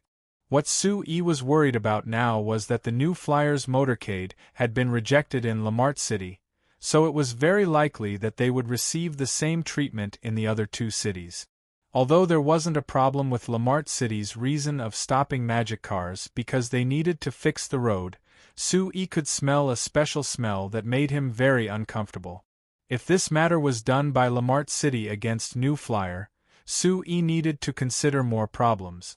The New Flyer was investing in Seoul City. Other than because of Satsuma Count's warm invitation, it was also because it was easier to cooperate with the Drake Duchy in Seoul City. The most important thing was that it was very important to Sui's plan of spreading the magic machine industry across the Lampari Kingdom. So on this point, Sui couldn't make any mistakes. He had gathered all the elites of the Shinfei Chamber of Commerce and even personally made a move. Now that Lamart City was blocking them, Sui couldn't help considering a very realistic problem. Seoul City was after all close to Banta City, and if the New Flyer wanted to invest in Seoul City, It would involve transporting large amounts of people and goods, so transport was the most important problem. To have a fast and convenient transport, the combination of magic cars and roads was the best. But because most of the roads in the Lampari Kingdom were built by the companies of the cities or the cities themselves, the right to operate these roads was in the hands of the cities. For example, Lamart City didn't want magic cars to pass through, so the New Flyers motorcade couldn't pass. If Lamart City and the other two cities restricted the New Flyers' transport from Banta City to Seoul City would be greatly affected. So Soo-ee began to seriously consider a problem. Perhaps the Lampari Kingdom's road network should be upgraded ahead of time. Because of the lack of funds and the lack of awareness of the road problem in the Lampari Kingdom, most of the roads in the kingdom were built by the cities themselves. So although the Lampari Kingdom had over 3,000 kilometers of roads, it was only made up of small sections of roads in each city. According to the standards of Earth, these roads could only be considered county roads, they couldn't even be considered provincial roads. Even though this would still allow the road network to cover all the cities in the kingdom, there were still many problems. What happened to the New Flyer today was one of them. Other than this, because each city had different investments in roads, the quality of the roads was different.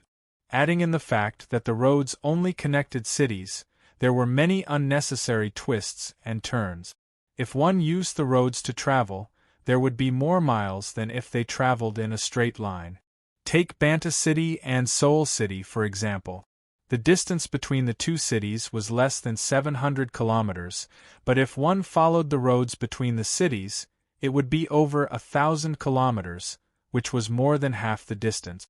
Not mentioning the extra transportation costs, just the extra time made Soo-ee feel that it was a waste.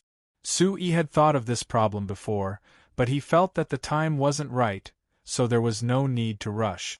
But after encountering this problem in Lamart City today, he began to seriously consider how to solve this problem. Soo-yee's finger drew a line between Banta City and Seoul City on the map before looking at the situation around this line. He began to consider the feasibility of building this 700-kilometer road, which should be the first road in the Lampari Kingdom.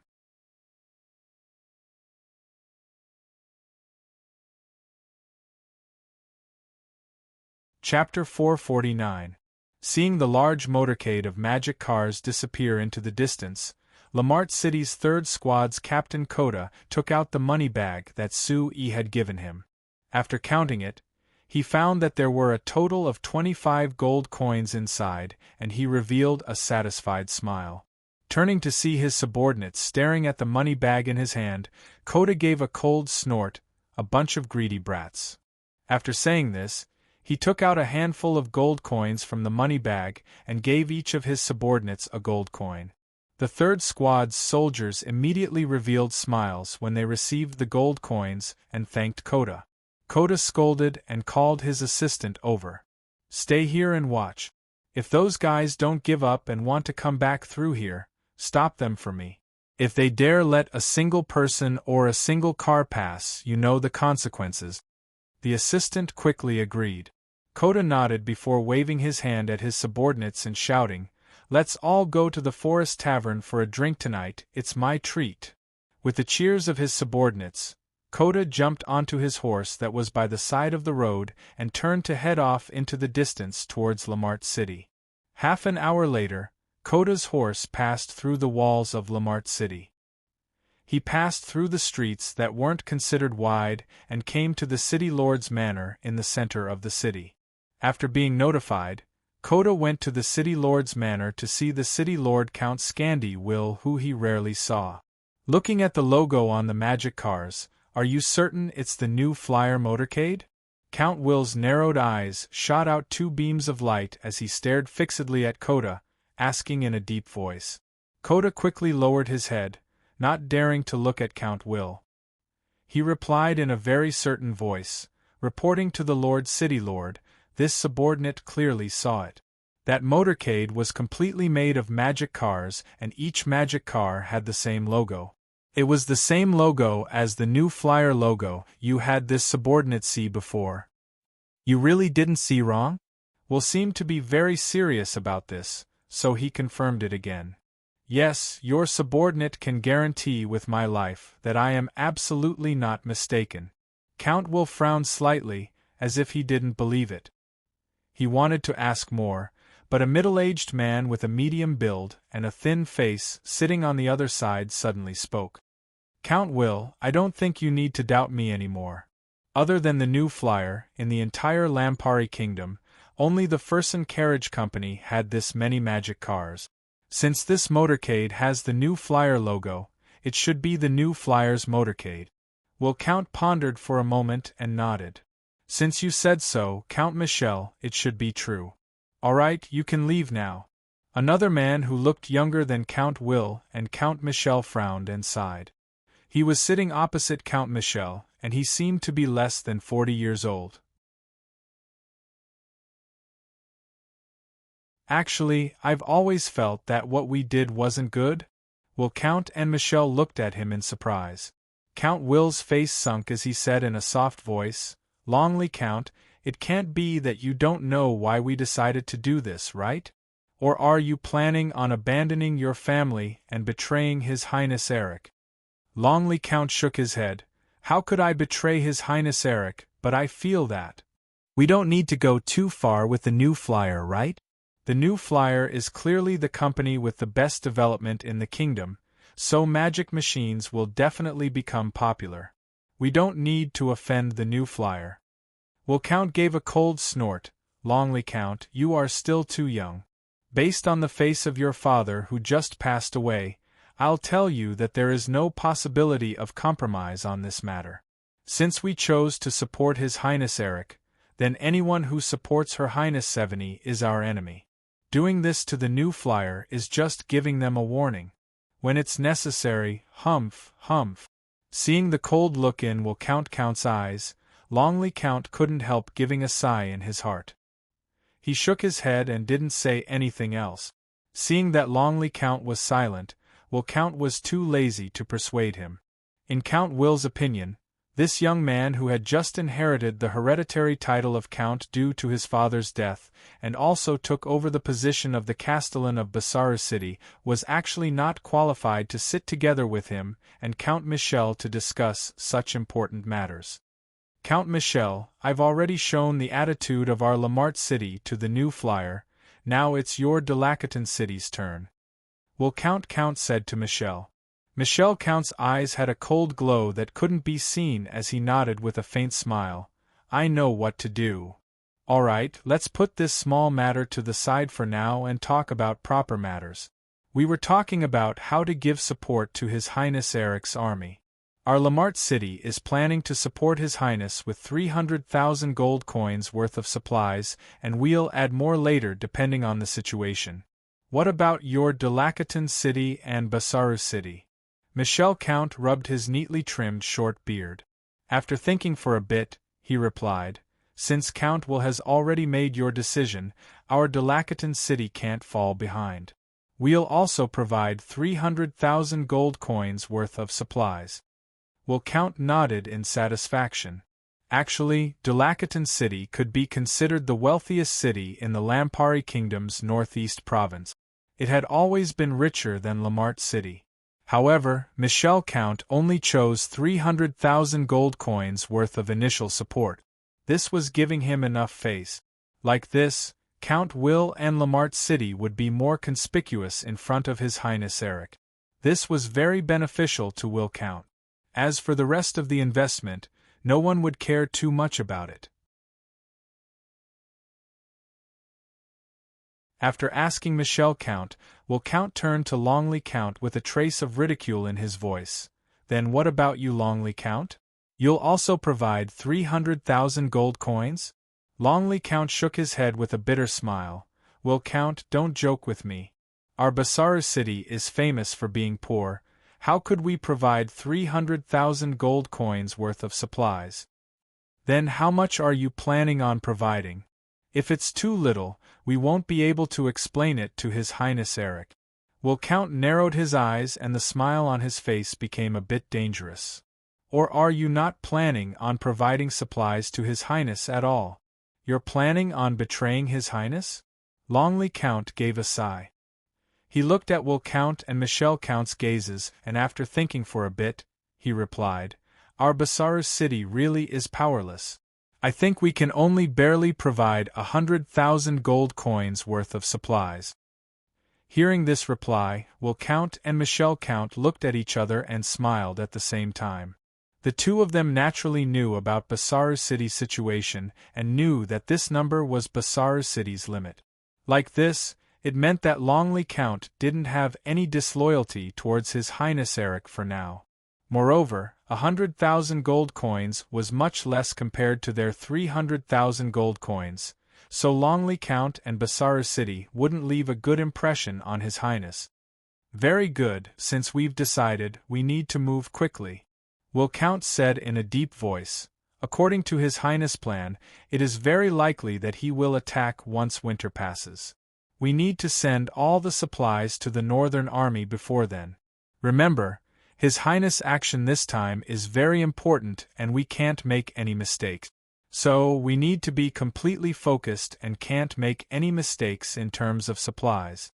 Michelle Count calmly replied. Longley Count gave a bitter laugh and also agreed. After the three of them discussed some details, they ended the meeting of the three city lords.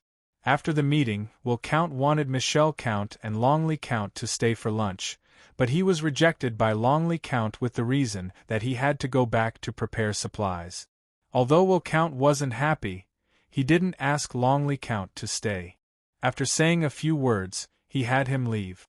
Longley Count sat in his private carriage after leaving Lamart City. When he drove out of Lamart City's gates, he let out a long sigh and his expression relaxed. Lifting the curtain to look at Lamart City's gates, Longley Count deeply knit his brows. He didn't like Michelle Count's gloomy expression, making it hard for people to see through his true thoughts. He hated Will Count's arrogant and strong style even more. If it wasn't for his father working with the two of them for a long time, Longley Count wouldn't have had any contact with the two of them. Not to mention that the two of them and his father had decided to support His Highness Eric before he died, so Count Longley didn't agree with them at all. Why did they support His Highness Eric taking the throne? Was it because His Highness Eric was a prince and the king's first son? In Count Longley's opinion, who should take the throne shouldn't be decided by this, rather it should be decided by who could bring better development to the Lampari kingdom. Based on this, Count Longley favored Her Highness Seveni more. As for the new flyer who everyone thought was a firm supporter of Her Highness Seveni, Count Longley didn't have any prejudice at all. Rather he had a good impression of them. Before his father passed away, and before he took over as Basara City's city lord, he had secretly gone to Banta City for half a month out of curiosity. During that half a month in Banta City, he had been deeply attracted by the strange things in Banta City and had been deeply impressed by the rapid development of Banta City over the past few years. Through everything, Count Longley deeply realized that Banta City being able to develop from a small city like Basara City to its current prosperous state, the new flyer had played an important role in this. After coming back from Banta City, Count Longley had always considered a question. If he brought the new flyer to Basara City, would Basara City develop as quickly as Banta City? Thinking of this question now, Count Longley's expression was filled with struggle. After a while, the struggle on his face finally disappeared and turned into determination. Count Longley said something to the driver and the horse carriage changed directions. They left the road outside Lamart City and went onto a dirt road that was the same as the new flyer's motorcade.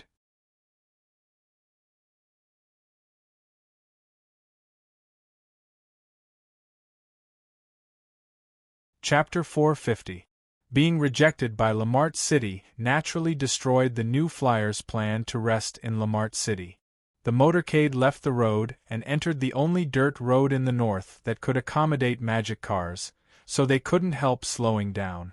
Before they even left Lamart City, the sky had already darkened. Seeing nightfall, Sue gave up the idea of finding a village to stay in and ordered the motorcade to set up camp in the wild.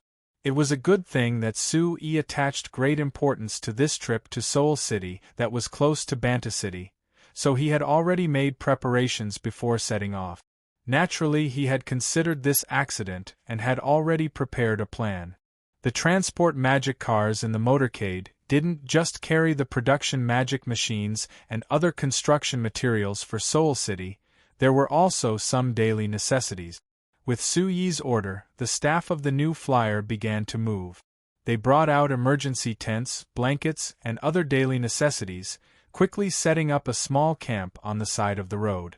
Other than these daily necessities, there were even several household magic machines in the motorcade. With the magic crystals that had already been prepared, there were several magic furnaces that were lit in the camp. After a while, the entire camp was filled with the fragrance of food. The dwarves even took out a large bottle of wine from the transport magic car and poured a large bowl for everyone in the motorcade. With the fragrance of the wine mixed in with the food, the entire camp was filled with the smell of life. It didn't seem like a long-distance transport team, rather it seemed like a team that had come out for a camping trip. Sui looked at Camby, who had an awkward look on his face, but was still tightly holding the wine barrel that was thicker than his waist. He gave a soft snort. Camby, I remember telling you that you weren't allowed to drink at work, right? Why did you secretly bring wine this time? Camby awkwardly laughed. Sir Chairman, isn't it already time to knock off from work? Don't worry, I dare guarantee that none of us drank a single drop of alcohol during the day. We definitely didn't delay our proper business. Sui gave a snort, but he still raised the bowl beside him. Camby was instantly overjoyed. He lifted the wine barrel and poured it towards Suyi's bowl. It could be seen that he was extremely skilled in this action. Holding such a large wine barrel, he was actually able to fill Suyi's bowl perfectly without spilling a single drop of wine. There was no wastage at all. Sui leaned over and took a sniff. The fragrance of the wine assailed his nostrils, and he couldn't help but praise. Good wine. Camby laughed heartily. How about it? President, this wine is not bad, right? Well, it smells good, but I don't know how it tastes. Sui picked up the bowl and took a sip. He felt that the wine was soft in his mouth, but the wine was mellow and fragrant. It was as if half of his mouth had melted.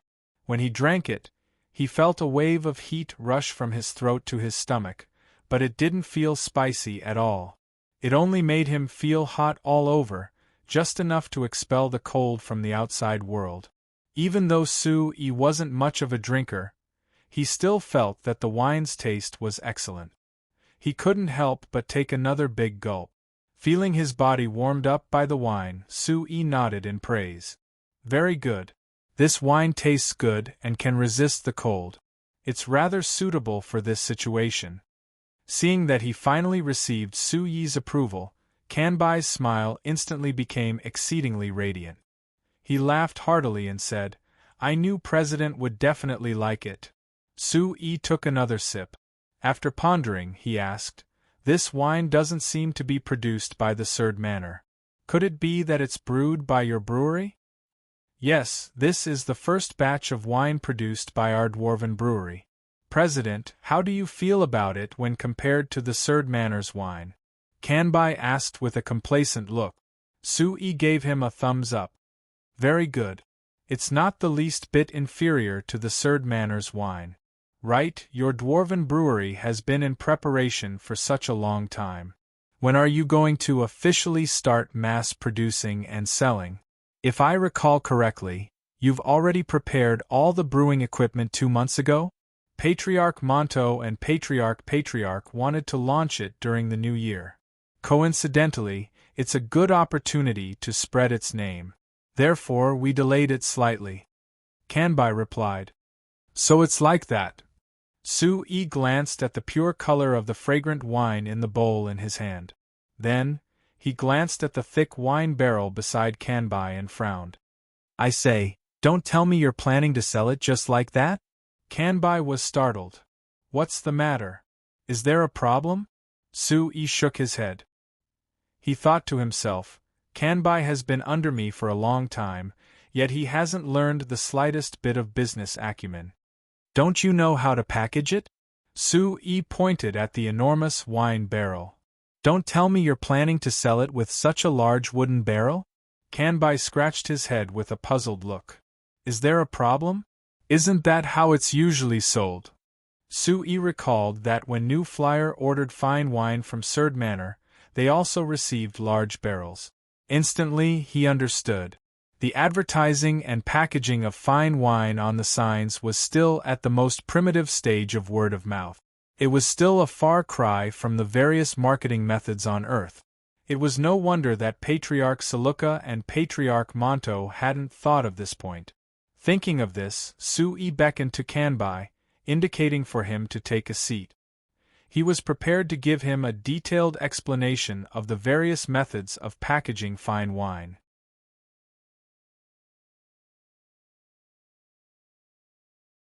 Just as he was talking about how fine wine bottles could be filled with fine wine to serve different types of customers, the caravan guard Captain Hart came looking for Sui.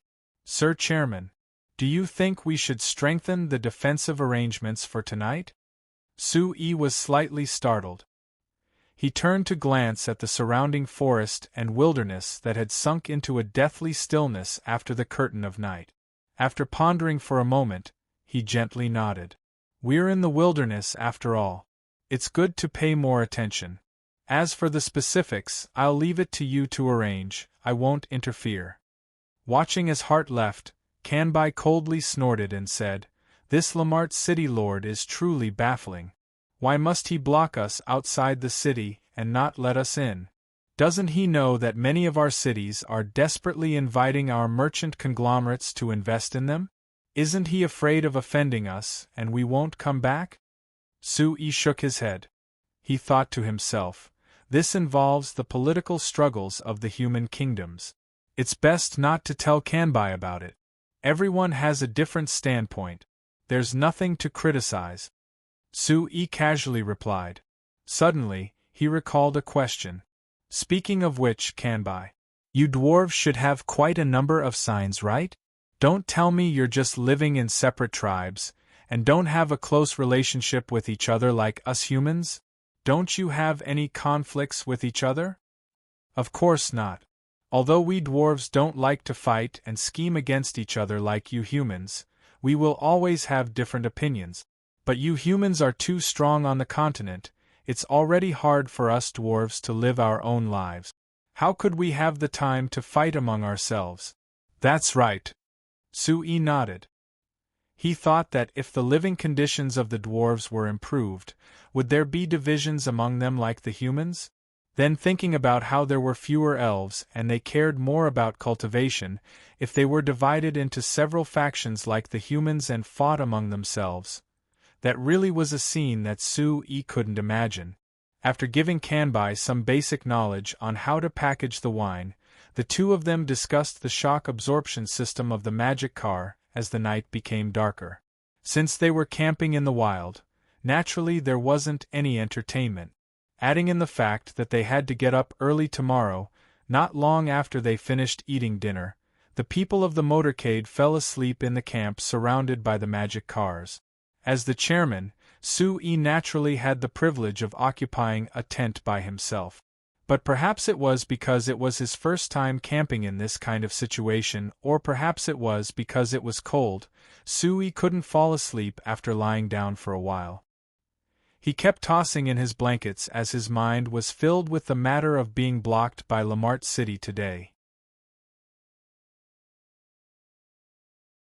Being blocked by Lamart City wasn't something that was hard for Sui to accept, but he had to pay attention to the meaning behind this matter. Although because Sui and the New Flyer supported Her Highness 70, causing the New Flyer to be affected in some areas of the kingdom that supported His Highness Eric, it wasn't that big of a hindrance. But this time Lamart City had directly blocked the New Flyers' motorcade outside the city, not even letting the motorcade through the city gate. There was no doubt that Lamart City had already made their stance clear. What Sue was worried about now was whether this matter was decided by Lamart City or if it was done by His Highness Eric. If it was the former, at most they would give up on Lamart City, and it wouldn't affect them that much. But if it was the latter, the situation would be a bit worrying. Based on the current internal situation of the Lampari Kingdom, the side that supported His Highness Eric had the absolute advantage. This was because the side that supported His Highness Eric was the conservative faction of the kingdom, so they had a deep-rooted influence in the kingdom. The range of influence they had was much larger than Her Highness Seveni's. If His Highness Eric wanted to go against Her Highness Seveni and take strong measures against the New Flyer, at least a third of the kingdom and maybe half of the cities would take strong measures like Lamart City, rejecting the New Flyer's entry. If this really happened, it would be a heavy blow to Suyi's plan of expanding the New Flyer to the entire Lampari Kingdom, allowing the magic machine industry to cover the entire Lampari Kingdom. Although Sui had always supported Her Highness Seveni, he only admired Her Highness Seveni's ability to accept new things like the magic machine industry and how she truly considered the citizens of the kingdom. He didn't support her at all costs. To Sui, compared to the development of the magic machine industry, fighting for the throne was an insignificant matter. So he didn't have any ill feelings towards His Highness Eric, and even thought of cooperating with His Highness Eric if there was a chance. But facts told Sui a truth: it was hard for business to escape the influence of politics. For a top-level political struggle like fighting for the throne, it was much more direct than he imagined, and there was no compromise at all. His Highness Eric, or rather the people that supported him, were already forcing Sui to make a choice. Should he maintain a neutral attitude or should he support Her Highness Seveni? Thinking that he would be forced to make this choice one day, Sui couldn't help giving a sigh. Her Highness Seveni's gentle smile appeared in his mind. Although Sui was hesitating, the scales couldn't help tilting towards Her Highness Seveni. At this time, Sui suddenly felt a slight tremor from the ground. After a while, there was a pitiful cry that filled the field and clearly entered the tent.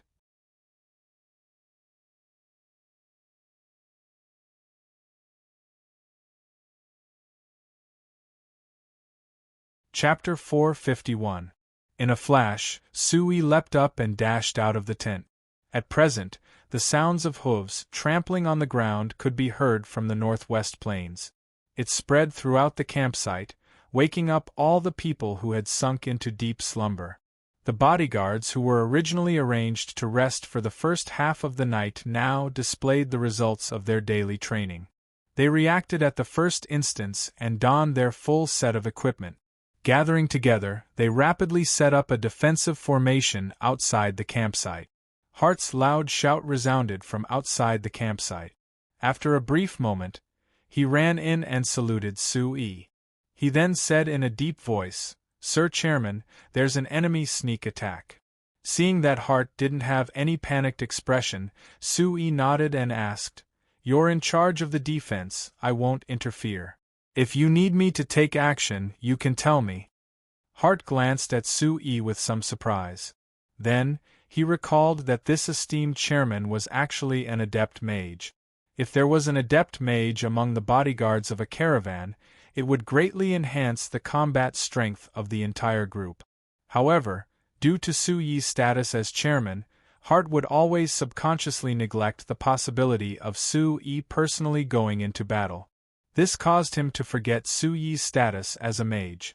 After hesitating for a moment, Hart said with a stern expression, "Since that's the case, Sir Chairman, I hope you can make preparations to join the battle at any time." Watching Hart's departing figure after speaking, Sui faintly creased his brows. Hart didn't reject his participation in the battle. This proved that the situation wasn't optimistic. "Chairman, there's an enemy sneak attack?" Kanbai's voice resounded from behind Sui. Who dares to attack our new flyer? Are they courting death? Sui turned back to take a look.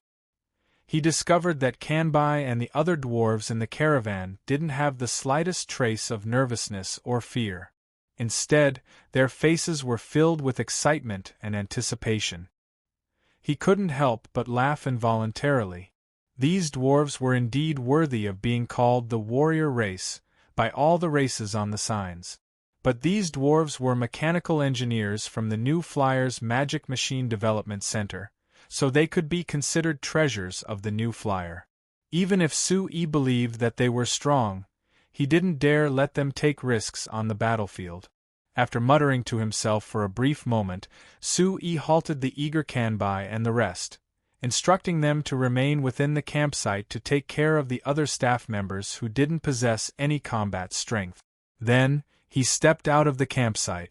Although they didn't have much time to set up camp, Hart and the other guards still relied on the magic cars to build a small fortification. They were currently gathered behind this simple fortification, focusing on the direction of the horse hooves. What's the situation?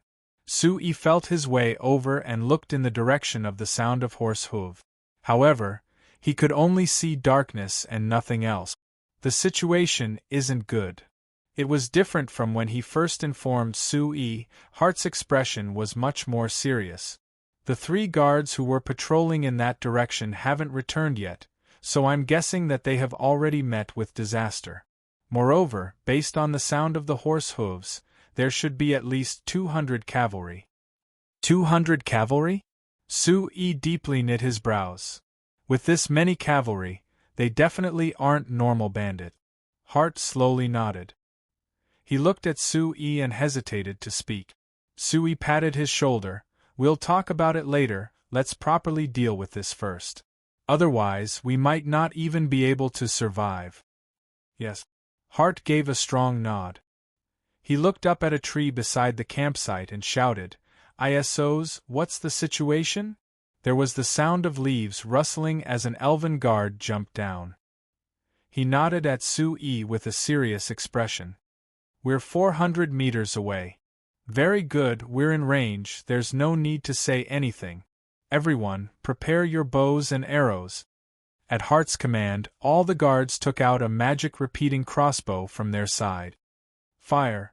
Hart's right hand fell heavily and Sui heard the sound of arrows piercing through the air. A moment later, countless arrows pierced through the night.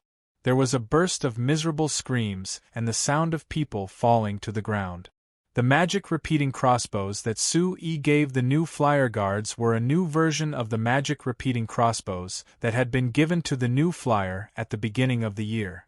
Not only did they shoot faster, but the number of arrows that could be held in the quiver was also higher.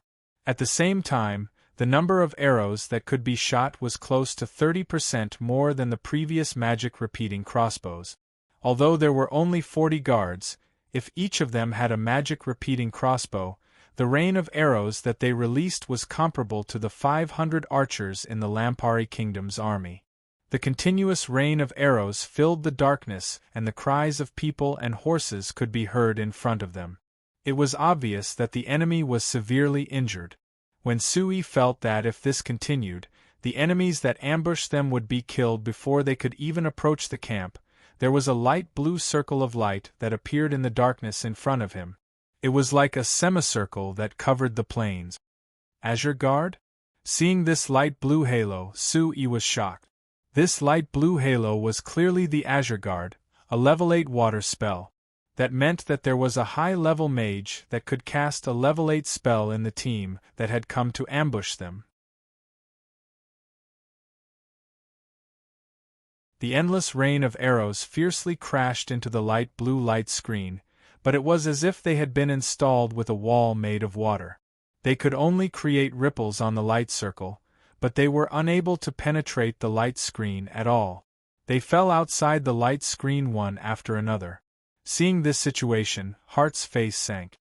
He turned to look at Sui and hesitated for a moment before saying, "Sir Chairman, it seems that we still need you to take action." Su-yi looked at the enemy's cavalry under the halo and discovered that there were still more than 100 of them that had survived the rain of arrows. He immediately frowned. With such a large cavalry, they were definitely not ordinary bandits. They looked more like a regular army. Even from their complete equipment and uniform movements, it seemed like they had been trained well. Even the city guards of the Lampari Kingdom were far inferior to them. Then where did these guys come from? Why would they suddenly launch a surprise attack on the New Flyers convoy in the middle of the night? However, now was not the time to think about these questions. Hearing Heart's request, Su-yi shook his head slightly. Now is not the best time for me to take action. Heart changed to a new magic arrow box. Heart's eyes suddenly widened. It can't be? Sir Chairman, are we really going to use it? Nonsense, if we don't use it now, are we going to keep it to give birth to our children? Su-yi reprimanded. Heart swallowed hard and gestured to the guards around him. The other guards were also in disbelief. They looked at each other and hesitated for a moment before changing the magic arrow box in their hands to a very special-looking arrow box. Seeing that the guards had changed, Heart looked at Su-yi again with a difficult expression. Sir Chairman, are we really going to use it? Don't talk nonsense, can't you see that the enemy is already so close? Su-yi pointed at the cavalry team that had slowed down in the wilderness. All right, Heart turned his head to look at the enemy that was not far away. He took a deep breath and shouted in a low voice, "Fire!" Unlike the sound of countless arrows tearing through the air, the sound of the arrows released by the magic repeating crossbow this time was much gentler, even though it was still ear-piercing and frightening. Furthermore, when the arrows pierced through the night sky, there were red trails behind them. It was as if each arrow had a long tail behind it. The magic crossbows fired continuously, and countless arrows flew out. In an instant, countless dense, fiery red lines appeared in the air, illuminating the entire night sky. Boom! The first arrow hit the light blue screen in the blink of an eye, but it was not like the previous arrows that were easily blocked by the light screen. Instead, it caused a violent explosion. Along with the flash of red light, a violent and deafening explosion spread far and wide across the wasteland. Boom, boom, boom, boom, boom. Immediately after the first arrow, countless arrows hit the light screen, instantly causing countless violent explosions. The light blue light caused countless ripples in the water under the countless violent explosions. The light dimmed instantly, and the entire light screen became unstable, as if it would disappear in the next moment.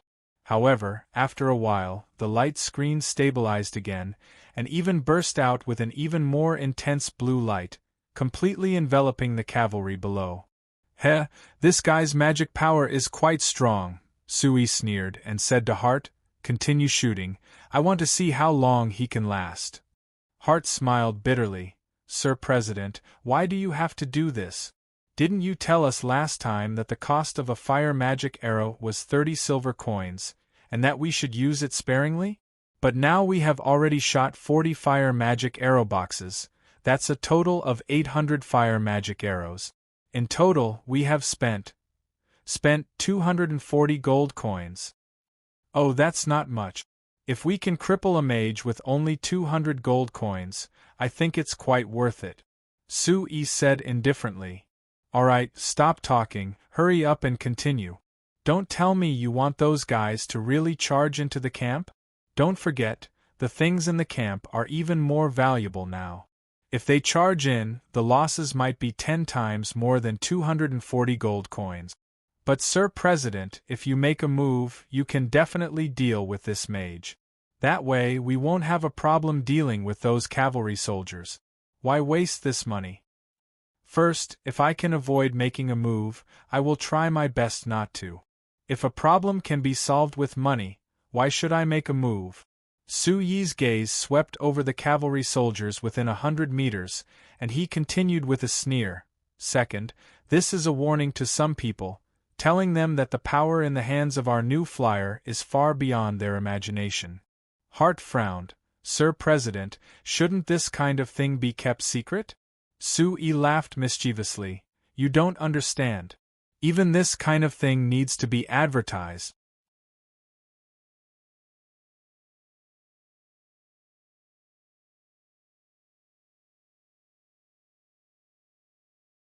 Chapter 452. New Flyer's newest fire magic arrows would trigger a miniature flame explosion spell array embedded in the arrow after each hit. Its power was equivalent to a level 3 fire spell.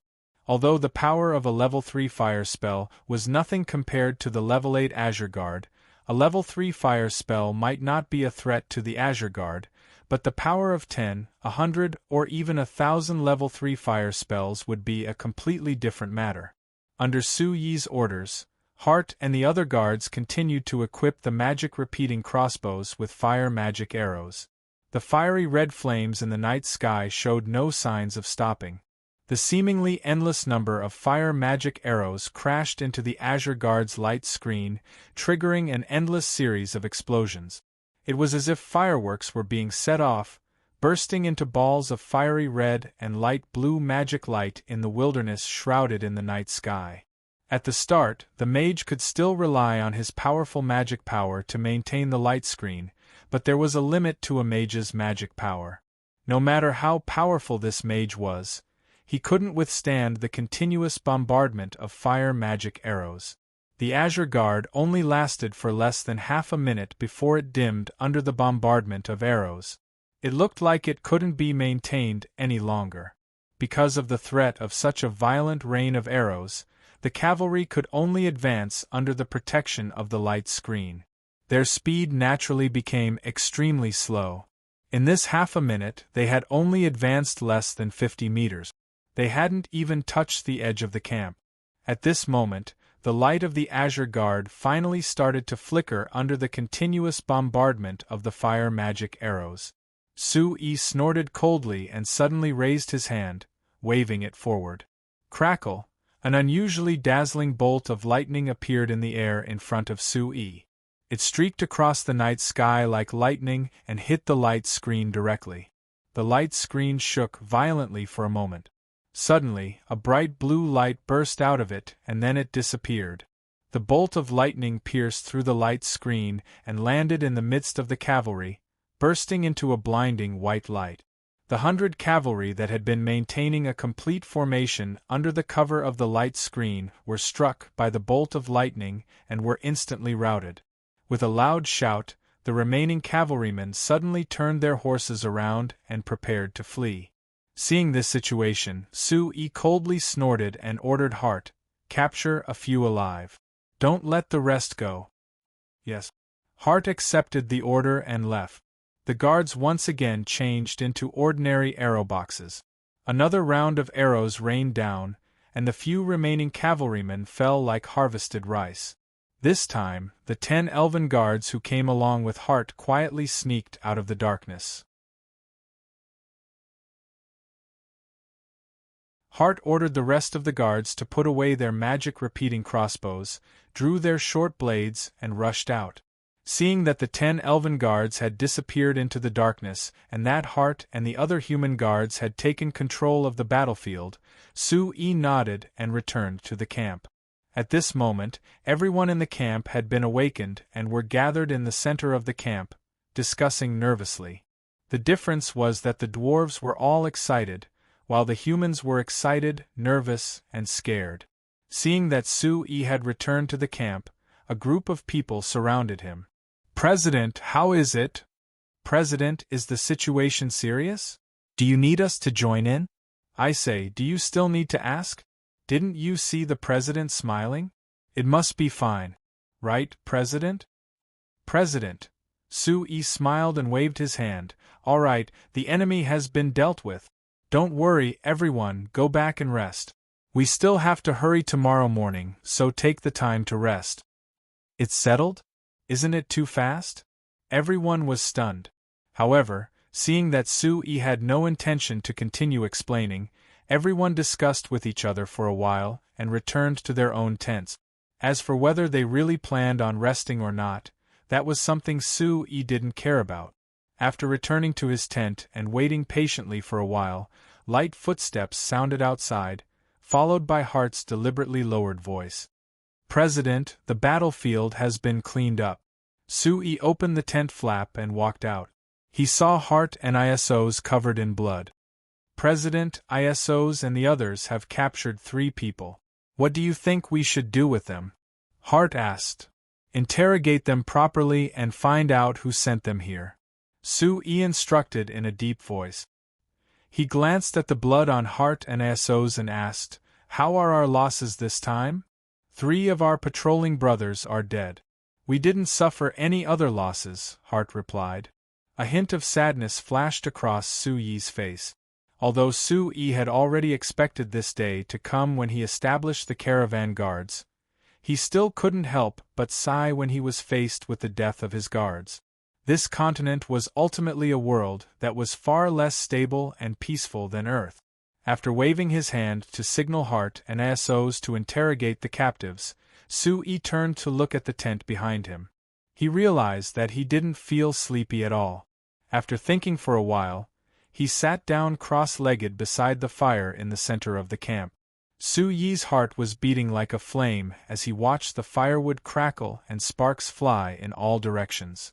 Although the attack at night didn't seem to be a big deal and didn't pose much of a threat to the caravan, it was entirely because the other party had underestimated the defensive capabilities of the caravan. They didn't expect the guards to be equipped with such powerful magical crossbows and the latest magical arrows developed by New Flyer. Under normal circumstances, the 200 well-trained cavalrymen would be an extremely powerful force. Together with a powerful mage who could support the level 8 spell Azure Guard, this force was enough to destroy a small city. It would be a piece of cake for them to deal with the New Flyer caravan that only had 50 guards. With such a powerful force, it was obvious that they were not ordinary bandits that had suddenly appeared out of nowhere. They should be a regular army that had been sent out from somewhere. What Sui was puzzled about now was who sent this group of cavalrymen who could be considered elite even in the regular army of the kingdom and a powerful mage. From the other party's performance tonight, it was obvious that they didn't intend to give the caravan any room to resist. However, what Sui couldn't be sure of was whether the other party intended to destroy the entire caravan or kidnap them. After thinking for a while, Sui realized that he couldn't get an accurate answer without sufficient information. He could only give up. "Let's hope Hart and ISOs can get something useful out of them." Sui glanced at the darkness outside the camp. Hart, ISOs, and the rest were interrogating the captives there. However, what puzzled Sui was that he didn't hear any screams. He didn't know what method Hart and the rest were using to interrogate the captive. After giving up on this thought, Sui began to think about another problem. The sudden attack tonight made Sui a bit vigilant. He had been focused on the development of New Flyer before. Although he had been reminded by Count Samo, Chairman Cruz, and Her Highness Seveny that he had to be careful of people moving against New Flyer, the New Flyer had been developing very smoothly and Sui had gradually let down his vigilance. However, the attack tonight reminded Sui of a cruel fact. Signs was different from the peaceful environment of Earth. This world was much more open and would even use the simplest method of violence to solve problems. Sui wanted to solve all problems on a business level, but other people didn't think the same. To put it simply, I really am too naive. Sui gave a sigh and gave a self-deprecating laugh. Turning to look at the corpses of the 3 guards by the side of the camp, Sui slightly narrowed his eyes. Perhaps it was time to change his mind. After waiting by the fire for a while, a guard came over and told Sui that Captain Hart was inviting him over. Sui followed the guard to the camp and saw that Hart and ISOs had finished their interrogation. Seeing the strange expressions on their faces, he understood that they must have gotten a surprising result. "How is it?" Sui asked. Hart and ISOs looked at each other with serious expressions.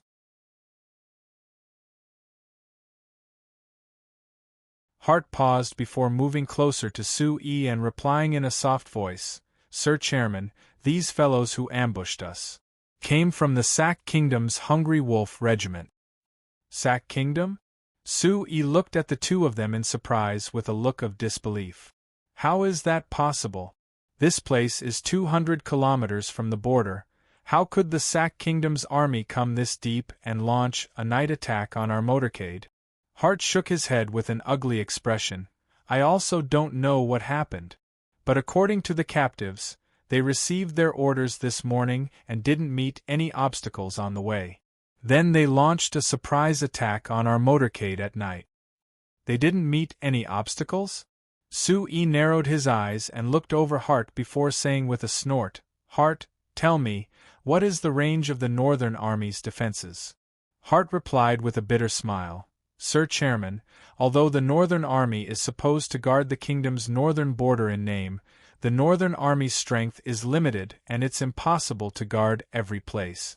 So other than the most important border in the Muerto Mountains, the other places are mainly taken care of by the border cities." "I understand." Sue took the record from Hart and carefully looked it over, but he didn't see anything of value. This captive said that they followed orders to sneak in. Then where are the people who gave them orders? ISO shook his head. "I'm very sorry, Sir Chairman, there was a magician and a knight who were very strong, so we couldn't catch them. I think that they should be the commanders of the cavalry." Sue nodded and didn't blame ISOs. After all, in the short battle just now, that magician had already displayed powerful magic. If such a powerful magician was determined to escape, then with a strong warrior, it would be very easy to catch them. It was almost impossible to catch them. Looking over the report in his hand again, Sue thought about it before giving the report to Hart and saying in a deep voice, "Hart, I'll give you a transport magic car. Pick a few guards and bring the captives and this report back to Banta City, giving them to Her Highness Seveni." Hart was surprised. He doubtfully looked at Sue, but he didn't ask anything as he agreed in a deep voice. But after thinking about it, he couldn't help saying, "Sir Chairman, if I bring a few more guards with me, wouldn't the motorcade's defenses be lacking? What if someone sneak attacks? They won't. Tonight's attack failed, so it's impossible for the other side to attack again in a short period of time. The price is too high and they can't afford it. You just need to listen to my orders and give these things to Her Highness. Her Highness will know what to do."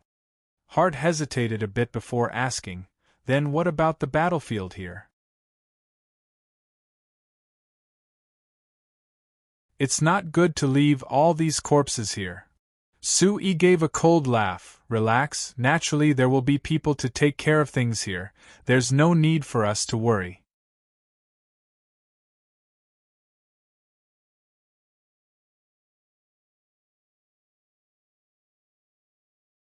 Chapter 453. Then you escaped back just like that? Michel Count narrowed his eyes as he sized up the two men in front of him. Their bodies were tattered, and even their hair was charred. They looked extremely miserable as they drooped on their heads. His eyes revealed a trace of coldness and danger. Mage Della, whose black magic robe had long been reduced to a few rags, looked at Michel's unwavering expression and couldn't help but let out a cold snort. "Michel Count, the reason why we became like this is entirely because the information you gave us was wrong. The power of the weapons hidden in the new Flyers convoy was far beyond our imagination. Moreover, their chairman, Sue, is not a mere grade 7 mage. I dare say that he has the power of a grade 9 mage at least." Michel Count snorted coldly and looked at Mage Della from the corner of his eyes. "What? Are you criticizing me?" Mage Della was furious. Just as he was about to speak, he was stopped by Everton, whose armor was scorched black and white by fire magic and lightning magic. "No, Michel Count, we did not mean to criticize you. However, the strength of the new Flyers Guards was indeed far beyond our expectations. The 200 men I led were the most elite cavalry team in our legion, but we could not even get close to their camp. I think This is also beyond your expectations, right? Michel Count was silent for a moment before nodding slowly. That's right. I also did not expect the strength of the new Flyers guards to be so terrifying. Michel Count looked at the mottled marks on the two men and frowned. You said that the new Flyer had developed a type of magic arrow? And it can use the magic repeating crossbow to fire continuously? Everton nodded. Yes. Ordinary arrows could be blocked by Della alone, but this kind of magic arrow was also a great threat to mages. I think even if Sui did not make a move, we would not be able to break through the defense of these magic arrows and rush into the camp. Magic arrows. Michel Count tapped his finger on the stool and pondered for a moment. He took a deep breath, stood up, and extended his hand to the two of them. All right, Mage Della, General Everton, my information this time was indeed not accurate enough, causing you to suffer losses and resulting in the failure of this operation. However, through this operation, they had found out that New Flyer had secretly developed magical arrows. I think Legion Commander Linear must attach great importance to this news. I hope you can explain it to him when you return. Of course. Half an hour later, Everton and Della left Count Michel's private manor outside of Delacaton City quietly after ending the secret meeting. Michel Count frowned and fell into deep thought as he watched the two figures disappear into the dark wilderness outside the manor. This wasn't his first time cooperating with the Sac Kingdom's Hungry Wolf Regiment, but Michel Count knew that this cooperation was very dangerous, so he had been very careful when cooperating. If he didn't feel the threat of New Flyer, Michel Count definitely wouldn't have chosen to use the importance the Sac Kingdom placed on New Flyer to secretly lure the Hungry Wolf Regiment out. He also deliberately led Will Count to stop the New Flyer's motorcade outside the city, creating a good chance for a night attack. According to Michel Count's plan, as long as he killed Sui and got rid of the core power of New Flyer, the New Flyer would naturally fall apart. It would greatly weaken the support they had for Her Highness 70, making her lose an important supporter with great potential and reducing her threat to His Highness Eric. Although Michel Count was very optimistic about the magic machine industry the New Flyer promoted, based on his position, it wasn't convenient for him to support it. Anyway, even if he took care of the New Flyer, as long as His Highness Eric took the throne, there would be a chance to develop the magic machine industry on the basis of the New Flyer. But the strength the New Flyer displayed now far surpassed Michel Count's expectations. According to Della's description, the New Flyer only had around 50 guards, but they actually used the magic repeating crossbows to force Della to use the Deep Blue Guard as a defense. What shocked Michel Count even more was that with the newly developed magic arrows New Flyer developed, a powerful 8th grade magician like Della couldn't stop the normal guards and was forced to run. If one compared the strength of both sides, it was 200 trained and well-equipped elite cavalry of the Hungry Wolf Regiment with an 8th grade magician against the 50 normal guards of the New Flyer caravan. Adding in Sui, whose strength was unknown, but according to Della, he was at least a 9th grade magician. If the magicians on both sides were cancelled out, there was no doubt that the Hungry Wolf Regiment had the absolute advantage. But in the end, other than killing 3 patrolling guards in the beginning, the Hungry Wolf Regiment couldn't even touch the Frestec Chamber of Commerce's motorcade. Their 200 cavalry had been completely wiped out and only Magician Della and Everton had managed to escape with their own strength. In the end, this result made Michel Count re-evaluate the New Flyer in his heart.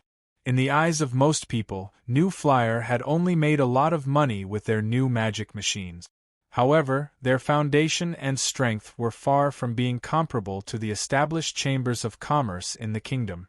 However, through the failure of tonight's surprise attack, Michel Count realized that although New Flyer's foundation wasn't as good as the established chambers of commerce, their strength was not to be underestimated.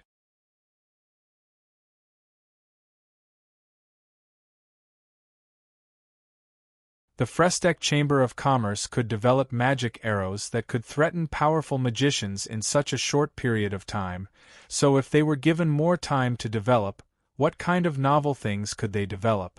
When he thought of this, Michel Count suddenly realized that he might have been wrong about the new flyer. A chamber of commerce that could always create miracles. He was afraid that it was no longer the small chamber of commerce that he thought he could easily manipulate. Michel Count thought for a moment and then picked up a pen and paper to write a letter. Honorable Prince Eric, as for the Frestek Chamber of Commerce, I have a new suggestion.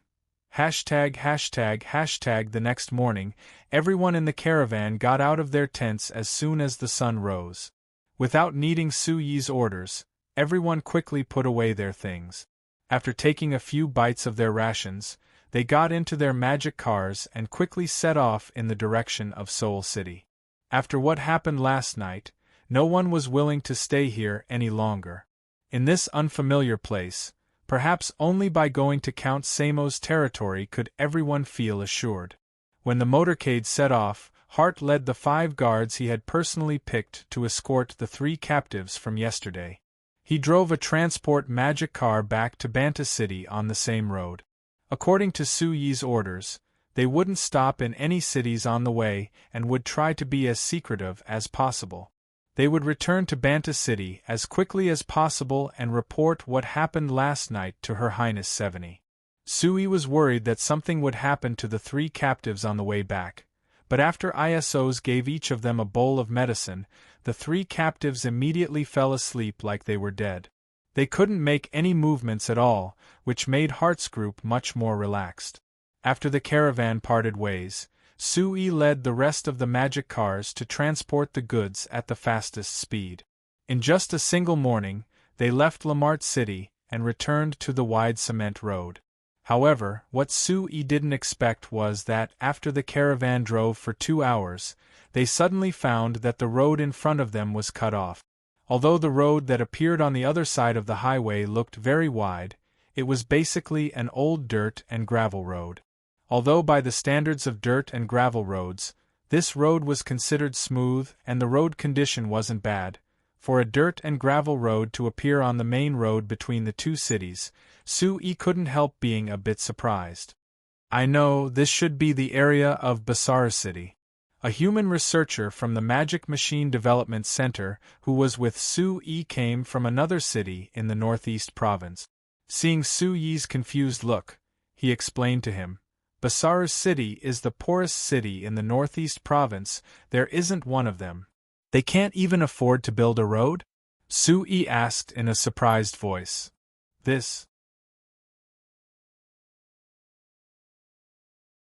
If they really want to build it, they should be able to.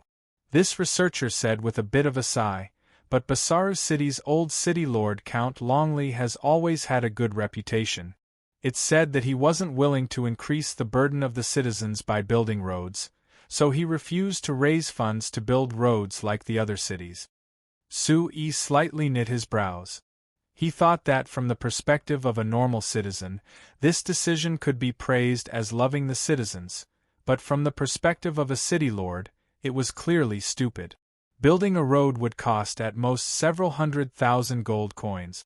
Although this would bring a financial burden to the city after the road was built, the benefits it would bring to the city would far surpass this investment. There were many examples like this in the cities around Banta City. In the long run, this investment was very worth it no matter what. This Count Longley's eyes were this short-sighted, Su Yi couldn't help looking down on him. Right, did you just say old city lord? That means that Basara City has a new city lord? Su Yi noticed a problem. Actually the old city lord is the old Count Longley. He passed away at the beginning of the year because of his illness and now his son has inherited his position as Count and city lord. It's like this. Su Yi nodded.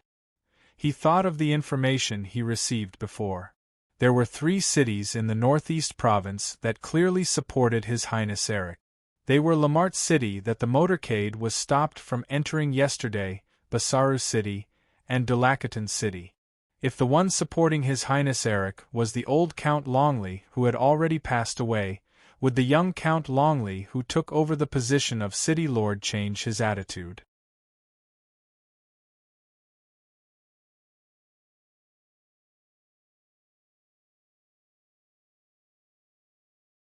Chapter 454. Although in the information that Sui had, Basaru City's old City Lord Count Longley and Lamart City's City Lord Count Will both supported His Highness Eric inheriting the throne, it was different from Lamart City that directly rejected the New Flyers motorcade. When the New Flyers motorcade passed through Basaru City, they didn't meet any resistance at all. Sui was worried that if they were rejected outside the city again, they would have to travel through the night to avoid sleeping in the wild. But now that he saw that Basaru City didn't do anything special, he relaxed. Perhaps it was like he had guessed. The young Count Longley who took over the position of Count and City Lord was a bit different from his father, the old Count Longley, in terms of politics. When it was close to dusk, the motorcade finally entered Basaru City. Looking at the low and old city walls in front of him, as well as the rusty city gates that made squeaking sounds when they were blown by the wind, Sui almost didn't dare believe his eyes. He had transmigrated to this world for 6 years and had seen many cities in the Lampari Kingdom. He thought that Banta City was the most backward city, but this Basaru City in front of him had completely changed the bottom line in his heart. This place that was even more dilapidated than the Banta City that Sui saw 3 years ago, it was so small that it couldn't even be considered a city and could only be considered a castle. This was Basaru City? Sui couldn't help shaking his head. Although when he entered Basaru City, he had seen the poverty of the city on the way, but seeing the main city that represented the city like this, he was still a bit surprised. In the past half a year, because the New Flyer had begun their expansion, Sui had personally visited many cities in the Lampari Kingdom. There were some poor cities, but no matter how poor they were, at least the main city was built quite well. No matter what, the poor ones were the normal citizens. It wasn't related to a noble like the Lord City Lord, right? Thinking of this, Sui felt a bit of respect for the old Count Longley who had passed away. Based on this, he didn't seem like a person who fished for fame, rather he really cared about the citizens under his rule. Of course, his decision to support His Highness Prince Eric was debatable. The magic machine industry promoted by the New Flyer was mainly concentrated in the southern part of the Lampari Kingdom. There were only a few companies in the northeast province that were involved in producing household magic machines. As for the magic cars that could be considered the most advanced magic technology in New Flyer, they were rarely seen in the northeast province. In a small city like Basaru City, naturally they had never seen one before. So when the Frestec Chamber of Commerce's motorcade of over 20 magic cars approached the city gates, it immediately attracted everyone's attention.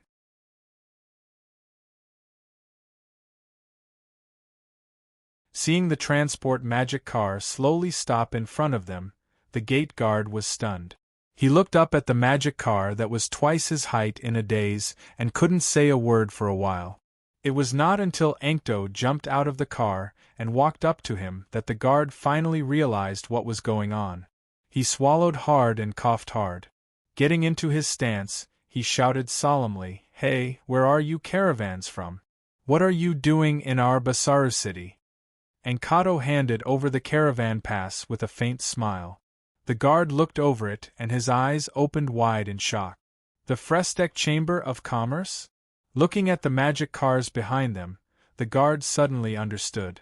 That's right, other than your New Flyer, which company would have this many magic cars? And Kato was a bit surprised. He never thought that the gate guard of a small and poor city like Basaru City would know about the New Flyer.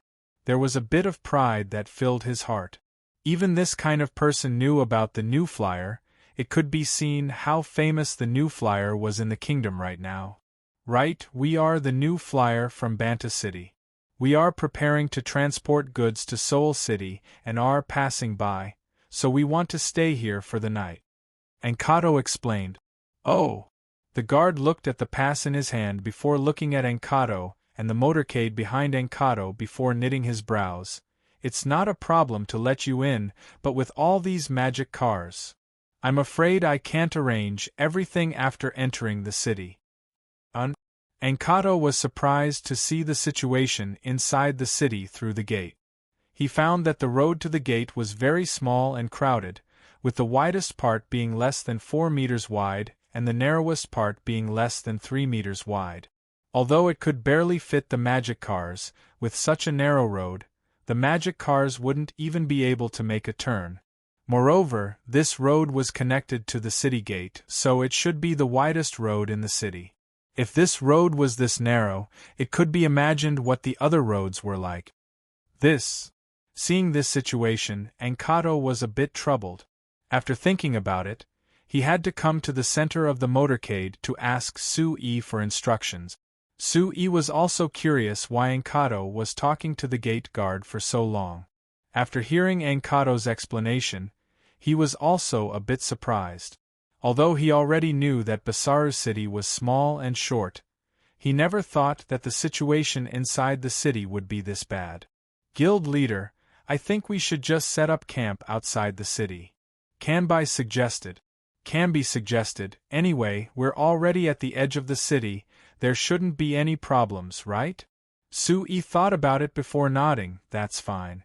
Encanto, go and tell the others that we'll be setting up camp outside the city tonight.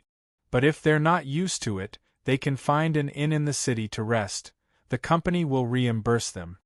Encanto left.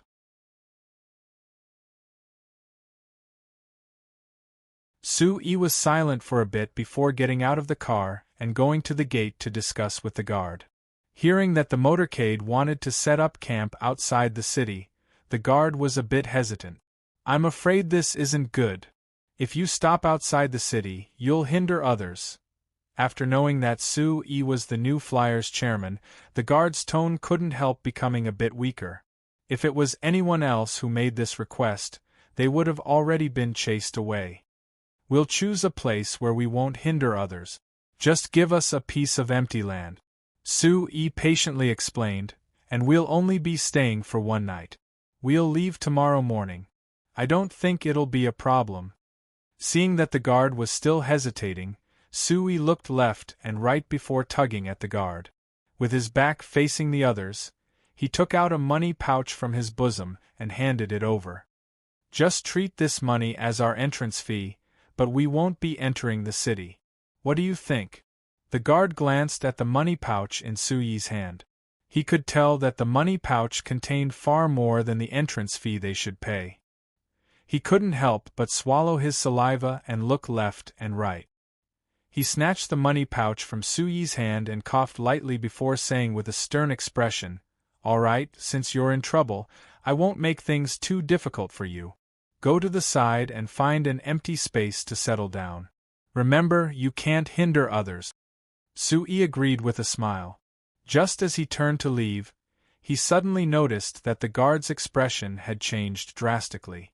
The guard's beaming expression after receiving the money pouch had instantly turned into one of extreme fear, as if he had seen a ghost. What's going on? Sui looked back in puzzlement.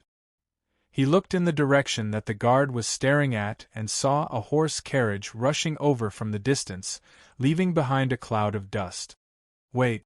Just as Sui was wondering why the guard looked at the horse carriage as if he had seen a ghost, the guard suddenly reached out and grabbed Sui's arm. He stuffed the money pouch that he hadn't put away into Sui's bosom and said in a low voice, "Remember, I didn't say anything just now." Sui looked at the guard in astonishment, only to see the guard's expression quickly change again. This time, the guard piled up a flattering smile on his face and smilingly went to greet the horse carriage with the other city guards at the gate. It was obvious that the person sitting in the horse carriage should be a big shot that these city guards were familiar with. But when Sui's gaze swept over the horse carriage, he found that the horse carriage was very ordinary no matter how he looked at it. He couldn't see the slightest trace of a noble aura. This made Su-yi unable to figure out who was sitting in the horse carriage and who could cause the guard to have such a drastic change.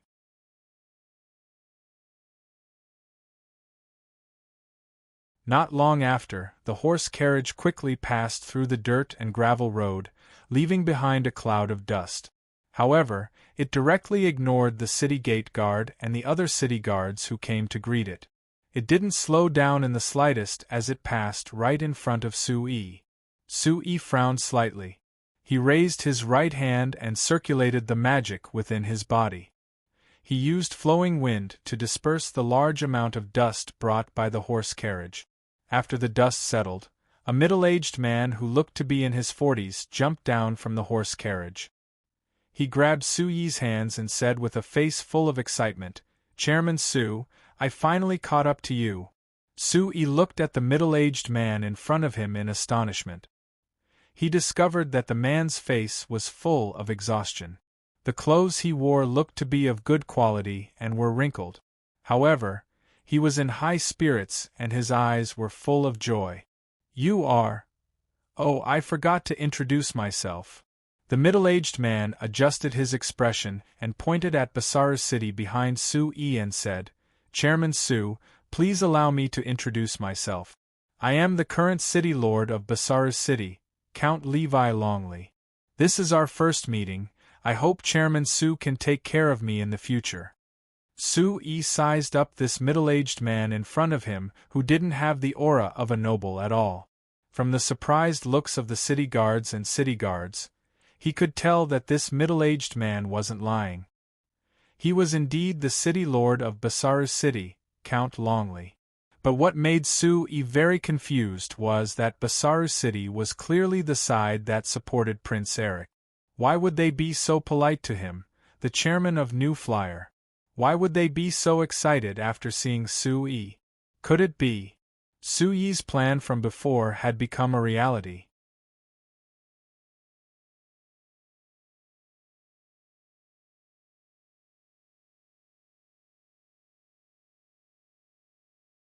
Chapter 455.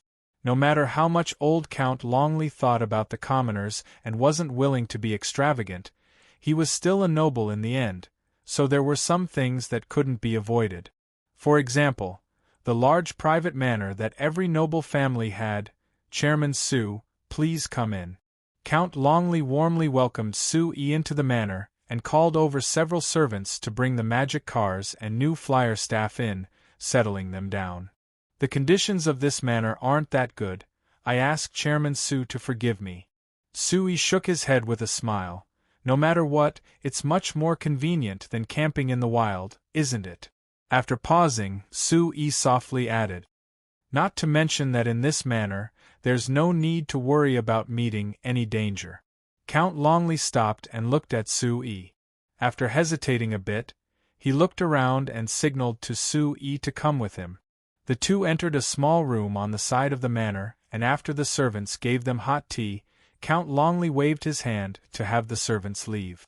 After being silent for a bit, he said in a deep voice, "Chairman Su, were you really the ones who were attacked last night?"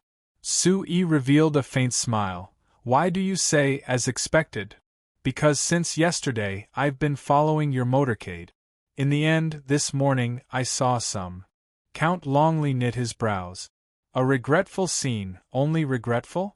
Su-yi seriously looked at Count Longley's expression, trying to see if there was any connection between him and this matter. However, although the expression on Count Longley's face was complicated, most of it was bitterness and helplessness. The rest of it was filled with concern for the New Flyer that had been attacked. "Chairman Su, I understand that you might doubt me because of our Basaru City's position, but on this matter, please believe me. I am indeed filled with regret and anger." Count Longley paused before changing the topic. "Chairman Su, were your losses last night serious?" "Very serious." Su-yi's face sunk as he revealed a pained expression. "In last night's attack, our Chamber of Commerce lost 3 loyal guards. I am deeply saddened and indignant about this. When we return to Anvilmar City, I will definitely report this matter to the royal parliament and get the compensation that these 3 guards deserve. Count Longley was surprised. You only lost 3 guards? Sui looked at him. Only? Count Longley, to me, all guards are precious employees of our company. We can't afford to lose a single one. Ah, no, Chairman Su, you're mistaken, I didn't mean that. Only. Count Longley waved his hand with a look of disbelief on his face. In that situation, you actually only lost 3 guards. I have to say, the battle strength of your Frestec Chamber of Commerce's guards really is outstanding. What? Longley's Count Longley, do you know what happened last night?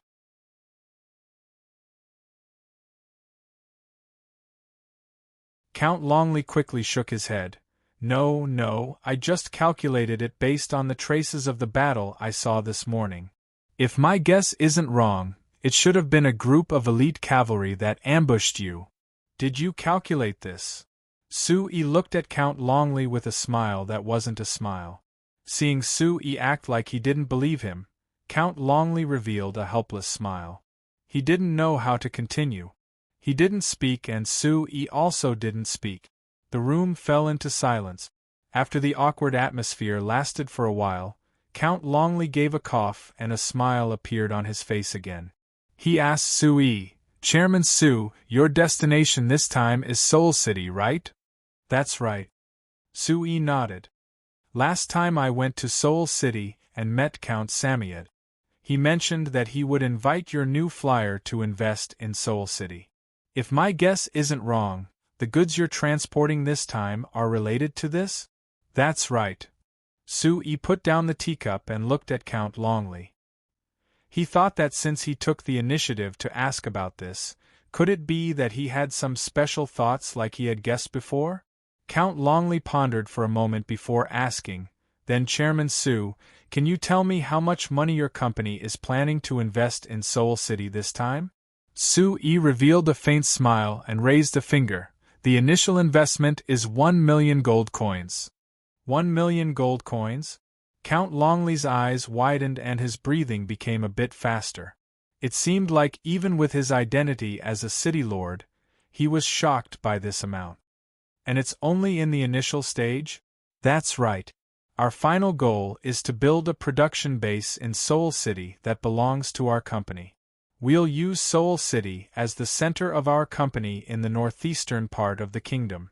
We'll use it to radiate across the entire northeastern part of the kingdom.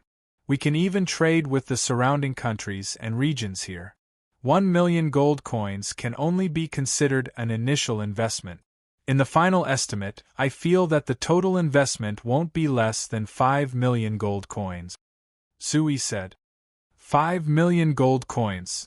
Count Longley gave a soft sigh and his voice was filled with shock and admiration. Chairman Su, your new flyer is really rich. You're actually willing to invest such a large amount of 5 million gold coins in Seoul City.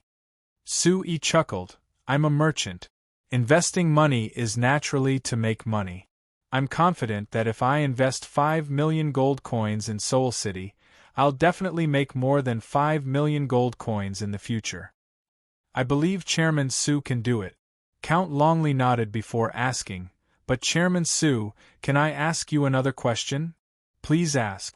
Your company has decided to invest 5 million gold coins in Seoul City. Although I believe that Chairman Su has the ability to earn more than the investment, where are you planning to invest the 5 million gold coins?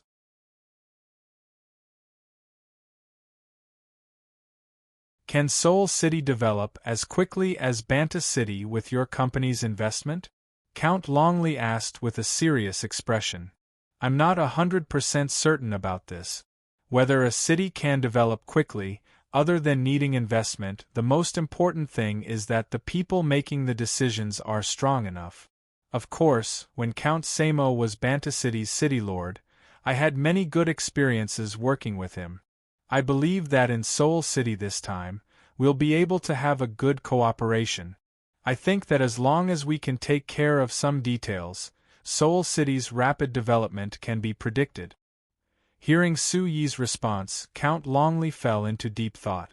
Although the expression on his face didn't change that much, based on the changes in his eyes and the tapping of his fingers on the table, it could be seen that he was struggling in his heart. After a while, when the tea in Su Yi's cup was about to turn cold, Count Longley finally stopped tapping. His eyes gradually filled with determination as he looked at Su Yi with a faint smile. "Chairman Su, since you've come to our Basara city with great difficulty, can you stay a day and let me properly entertain a rare guest like you?" Su Yi looked at Count Longley with a gaze of deep meaning. "Longley, Count Longley, it isn't convenient for you to keep me here as a guest, right?" Count Longley revealed a faint smile. "Aren't you already here as a guest? How is it inconvenient? And I do have a lot of things to ask Chairman Su. I hope that Chairman Su can do me the honor of staying here for a day." Su Yi looked like he was considering it. After thinking for a while, he nodded. "All right, seeing Count Longley's kind invitation, my subordinates and I will disturb you here for a day. As for what to ask, Count Longley, you're too polite. If there's anything you need to discuss with me, please don't hesitate to ask." The smile on Count Longley's face became brighter. "Definitely. ###pa. The exquisite natural amber jade bottle that came from the hands of Master Panda and was bought by Count Will for a high price of 13,000 gold coins in the last auction in Anvilmar City fell heavily to the ground, instantly shattering into pieces. The surrounding servants were shocked, but they didn't dare to show any strange expressions on their faces. They could only lower their heads deeply. They didn't even dare to breathe loudly. They were very clear that when Count Will was enraged, it was best not to be noticed by him, otherwise the consequences would be hard to predict. Lamart City's City Lord Manor's clerk Levon knit his brows as he looked at the broken jade bottle on the ground. He waved his hand, and it was like the servants had been pardoned as they quickly walked out. Seeing the last servant obediently close the door, Levon waited for a while before saying to Count Will, "Sir Count, you should make a decision." "Decision? What decision?" Count Will angrily roared out.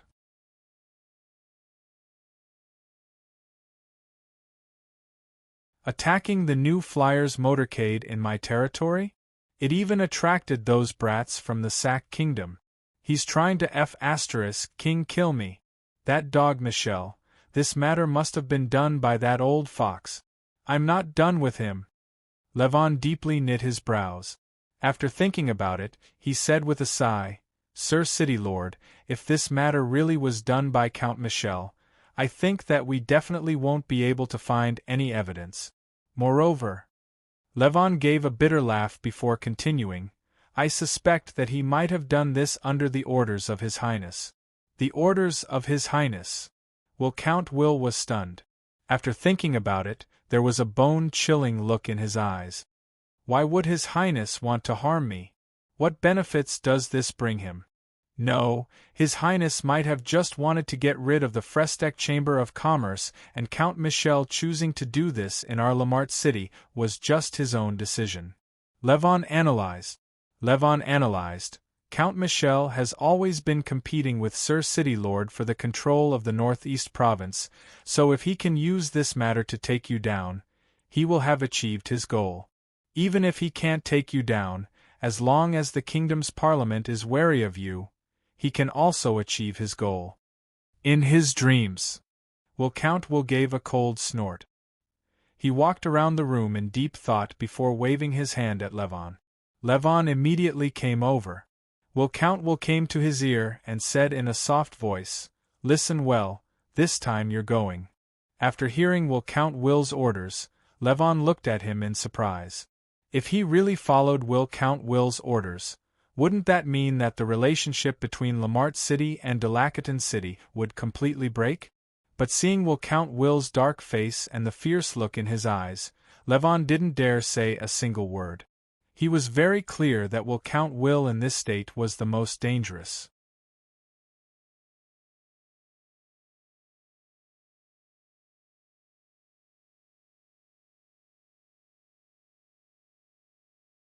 Chapter 456. Chairman Su, do you see the river in front of us? That is our northeast province's largest river, the Bonneau River. After flowing through the northeast province, it will continue east, passing through the Drake Duchy, the Fenno Kingdom, and finally joining the Sky River. Count Longley enthusiastically pointed at the silver river in front of them as he introduced it to Sui. Sui looked up at the sparkling river in front of him that reflected countless rays of sunlight, feeling a bit strange. Isn't the winter in the north very cold? Why isn't this river frozen? Count Longley laughed. This is the Bonneau River's greatest characteristic. Although it's in the north of the kingdom, it never freezes in winter. The reason? Sui was a bit curious. Although the north of the Lampari kingdom wasn't the northernmost part of the continent, the winter temperature was -10 to 20 degrees. Normally speaking, this Bonneau River wasn't that wide, so it should be frozen. Count Longley laughed. You'll understand the reason in a bit. Sui couldn't help rolling his eyes. He never thought that this Count Longley would have a bad habit of keeping people in suspense. The horse carriage carried the two of them down the bumpy dirt road before finally stopping in a normal village that wasn't that big. Count Longley had just gotten out of the horse carriage when a group of people surrounded him. Lord City Lord, you're here again. Lord City Lord, are you here to take a bath again? Lord City Lord, today's weather is good, it's perfect for taking a bath. That's right, Lord City Lord, you haven't been here in several days. Come, let's eat at our house first. I went up the mountain to hunt a deer yesterday, and I still have the leg. It's good that you're here. Lord City Lord, I want to eat candy. Seeing the villagers enthusiastically surrounding Count Longley, Sui was a bit surprised. When he was in Banta City, Samo Count could be considered close to the citizens, but he had never been like Longley Count. He could make the citizens talk to him without any pressure, like they were old friends. Longley Count was also full of smiles as he greeted everyone in a familiar manner. He even reached out to pick up the child who asked him for candy. After calling out to Sui, he walked towards the old farmer who had invited him to eat at his house. Sui followed him into the village. Every time they passed a house, someone would greet Count Longley warmly. It wasn't until they arrived at the old farmer's house that Longley Count put down the child and stuffed him with a candy. Then, he patted his butt and chased the child back to his house. Only then did he invite Sui in like a master. When he came in, Sui felt a suffocating hot air mixed with a strange smell that hit him in the face, and he couldn't help slightly knitting his brows.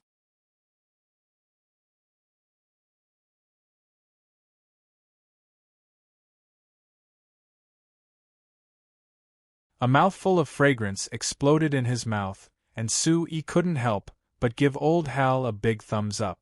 Delicious! No wonder Sir City Lord specially brought me here. It was because he was hungry. Receiving Sui's generous praise, old Hal's eyes narrowed into two slits from his smile. It was unknown where he went, but he took out a bag that seemed to be made of lambskin. He took out a bowl and opened the lid of the lambskin bag, causing the fragrance of wine to fill the air. It was filled with fine wine. Come, eat some deer meat and drink some wine. That is the best enjoyment. After Longley Count Longley came here, it was like he was a completely different person. He didn't look like a noble at all. He took the bowl of wine from old Hal's hands and raised it to toast Sui. Sui clinked their bowls and drank in one gulp. He found that even though the taste of this wine couldn't compare to the wine of the Sachi Manor or the wine from the dwarves' wineries, it was still pretty good. Thus, the 4 adults and 2 children gathered around the stove. Even the children sipped their wine and ate the venison soup heartily.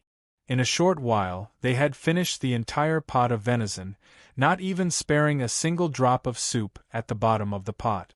After eating and drinking to his heart's content, Longley Count Longley rested for a bit before calling out to Sui again. Let's go, Chairman Su. In this kind of weather, after eating, we should go take a good bath. It is definitely a good enjoyment. Sui was still puzzled, but he didn't plan on asking. Today, Longley Count Longley didn't plan on saying anything until the last moment. Of course he would patiently wait and wouldn't rush him. If Lonely Count Lonely's thoughts were as he guessed, then this matter was indeed a very difficult decision for Lonely Count Lonely. It was normal for him to be hesitant. After leaving Old Hal's house, Lonely Count Lonely didn't immediately head up the mountain. Instead, he returned to the carriage and took out 2 bags. He threw one to Sue and carried the other. He led the way to a small mountain outside the village. It was good to walk a few steps after eating, but it was a bit strenuous to directly climb the mountain. Sue's stamina wasn't good to begin with. Under these conditions, he was out of breath after climbing a section of the mountain, causing Lonely Count Lonely to laugh loudly. "Chairman Sue, I heard that you are a magician. Are all magicians as weak as you?" Sue rolled his eyes, but he didn't have the strength to refute. At the very least, he had met many magicians, but he hadn't seen any magician with especially good stamina. It was a good thing that this mountain wasn't very high and they hadn't reached the top yet. Lonely Count Lonely stopped and led Sue down a small path on the side of the mountain. After walking for a while, there was the sound of water splashing in front of them.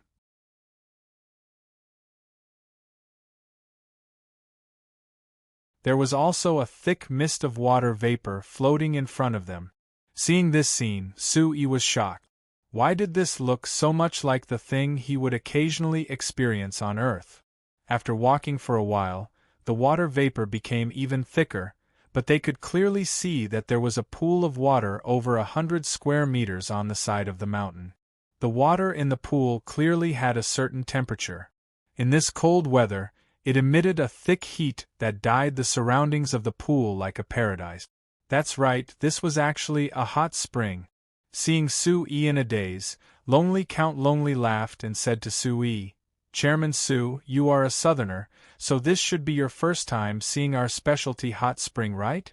Sue wanted to say that he had experienced this many times on Earth, but he still nodded in acknowledgement. "Since it is your first time here, then you have to properly experience it. Let me tell you, in this kind of weather, soaking in a hot spring is simply the greatest enjoyment." After saying this, Lonely Count Lonely didn't hold back at all. He didn't seem to have any reservations as he skillfully took off all his clothes and directly entered the hot spring pool. Seeing Lonely Count Lonely waving at him from the hot spring, Sue helplessly shook his head. He also quickly took off his clothes and entered. It had to be said that in this kind of cold weather, soaking in this kind of natural hot spring and being able to enjoy the scenery from a high place really was a great enjoyment. However, because of Lonely Count Lonely's intentions in bringing him here, Sue couldn't easily enjoy it. The two of them chatted while soaking in the hot spring. After a while, Lonely Count Lonely suddenly sighed. Even though Old Hal and the others are right next to this kind of natural enjoyment, they have to worry about how to eat their fill every day. They don't have the mood to think about this kind of enjoyment at all. Chairman Sue, what do you think? Sue withdrew his gaze from the village at the foot of the mountain and turned to look at Lonely Count Lonely. This fellow had been keeping him in suspense all day. Was he finally going to talk about the main topic?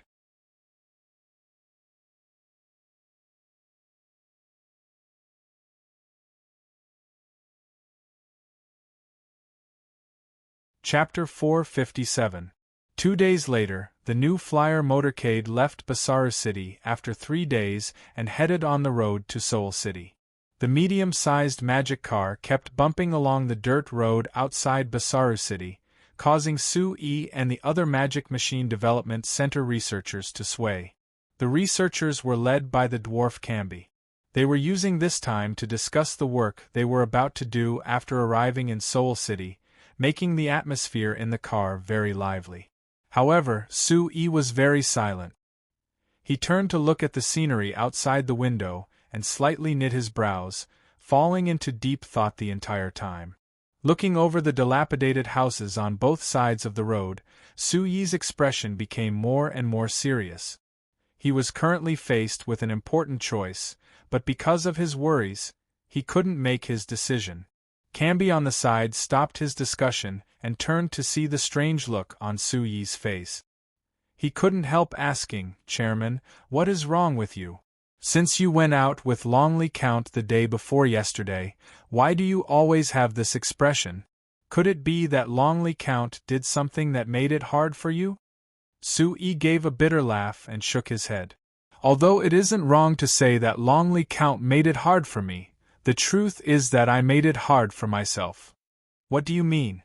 Canby had a confused look. Su Yi looked at the small village of small houses in the distance for a while before suddenly asking, "Canby, if you decided to do something that could help many people, but also put you in a very dangerous situation, what would you choose?" Canby knit his brows. "That depends on whether those people are worth helping or not and how dangerous the situation is." "What? Chairman, what did Longley Count say to you? It can't be that he wants to invite you to invest in Basara City, right?" Su Yi looked at Canby with wide eyes in surprise. All along, he had assumed that dwarves like Canby were rather slow to react to such matters. Yet, he didn't expect Canby to be so astute as to blurt out the truth. "Yes, Count Longley did send an invitation and his attitude was very sincere. I have to admit that I was moved by him." Su Yi nodded. Thinking of his interactions with Longley Count in the past few days, Su Yi had a strange feeling. In the past few years, with the rapid development of New Flyer, Su Yi had come into contact with a large number of nobles in the Lampari Kingdom. In his opinion, there were good and bad qualities among them. Good nobles could coexist peacefully with commoners and even extend a helping hand to the commoners as much as possible. Bad nobles, on the other hand, would use their privileges to oppress commoners and satisfy their own desires. On the other hand, most nobles adhered to the traditions of nobles and were basically on a completely different level from commoners. They had nothing to do with each other, as though they belonged to two different worlds. But no matter what, Su Yi hadn't seen a single noble like Count Longley who could truly coexist with commoners as equals. He was even wholeheartedly working hard to improve the lives of the commoners under his rule. Su Yi wasn't certain if Count Longley was acting. But from the evaluation of the commoners of Basara City and the attitude of the commoners of Basara City towards Count Longley, he could tell that Count Longley's attitude was rather sincere. After all, it was easy for him to fake it, but it was hard for him to get all the commoners of Basara City to do the same. Even if he wasn't acting, Su Yi had no choice but to seriously consider Count Longley's proposal based on his attitude and the implications of this matter. Investing in Basara City wasn't that hard for New Flyer. Although Basara City was indeed very poor and there weren't many good resources in the city, based on his observations over the past few days, Su Yi had already found several ways to develop Basara City. After investigating it, he felt that it was quite feasible. The only thing Basara City lacked was funds, and this was what New Flyer didn't lack right now. If they agreed to Count Longley's invitation and New Flyer came to Basara City to invest, it would have a deeper meaning. It would mean that Basara City, who publicly supported His Highness Eric, was actually cooperating with Her Highness Seveni's New Flyer. No one would think that New Flyer wanted to support His Highness Eric. Rather, people would think that Count Longley wanted to betray His Highness. The reason was that the difference in power between the two sides was too great. Although Count Longley was a city lord, a respected count, Basara City was the weakest and poorest city in the northeast province. Count Longley didn't have much power as a city lord at all. But New Flyer was different. As a new company that developed the fastest in the Lampuri Kingdom, the Frestec Chamber of Commerce was considered to have limitless prospects. The power and potential that the Frestec Chamber of Commerce had was not something a city lord of a poor city could compare to. Both sides also had a large difference in support for His Highness Eric and Her Highness Seveni. But even so, the significance of this matter was very large.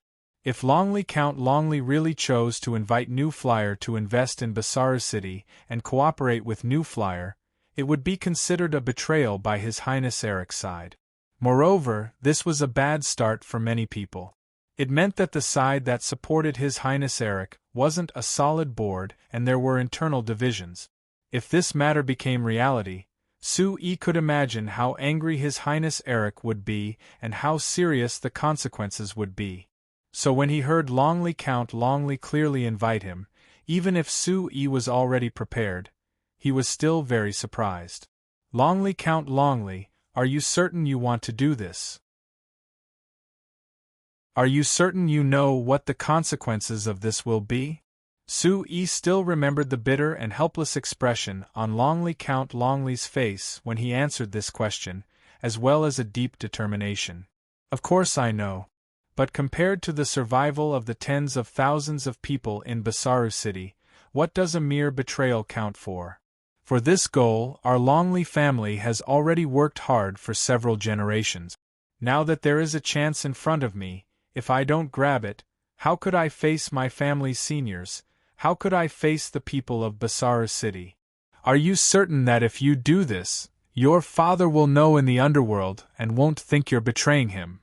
The reason Father chose to support His Highness Eric was because His Highness said he would support him first and guarantee that all the citizens of the kingdom would be able to eat their fill.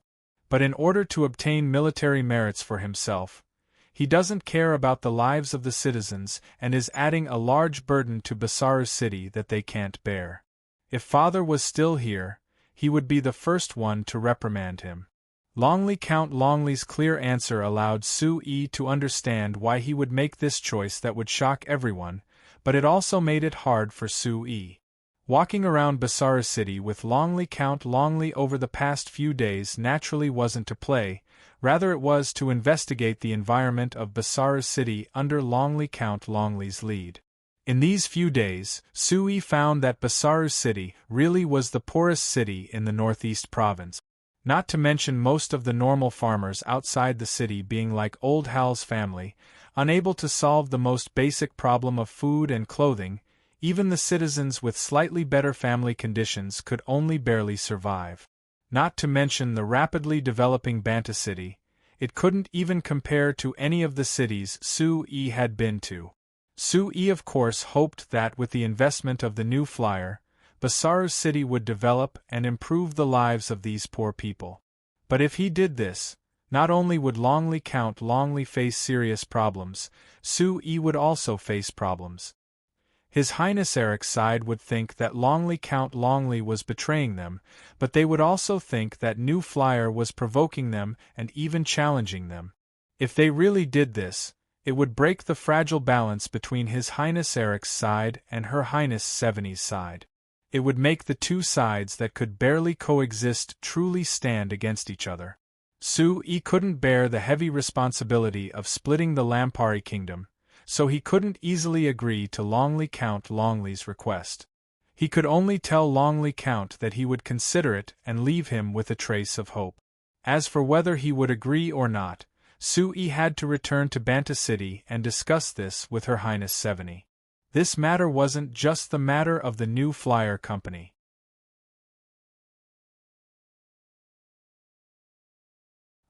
Count Longley naturally knew Sue's worries, so he didn't force Sue to agree. Rather he warmly welcomed the new flyers group, fully displaying his sincerity. But when he was sending them off, Count Longley's eyes made it hard for Sue to resist. Thinking of this, Sue couldn't help giving another bitter laugh. How good would it be if Lampuri 13th didn't have that many children, or if he directly chose one of them as the successor to the throne. That way, everyone wouldn't need to fight for the throne and waste the strength of the Lampari kingdom.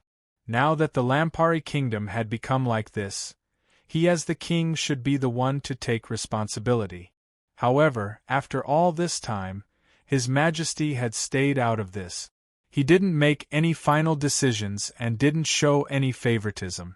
It was like he deliberately wanted things to become like this. This king, just what did he want to do?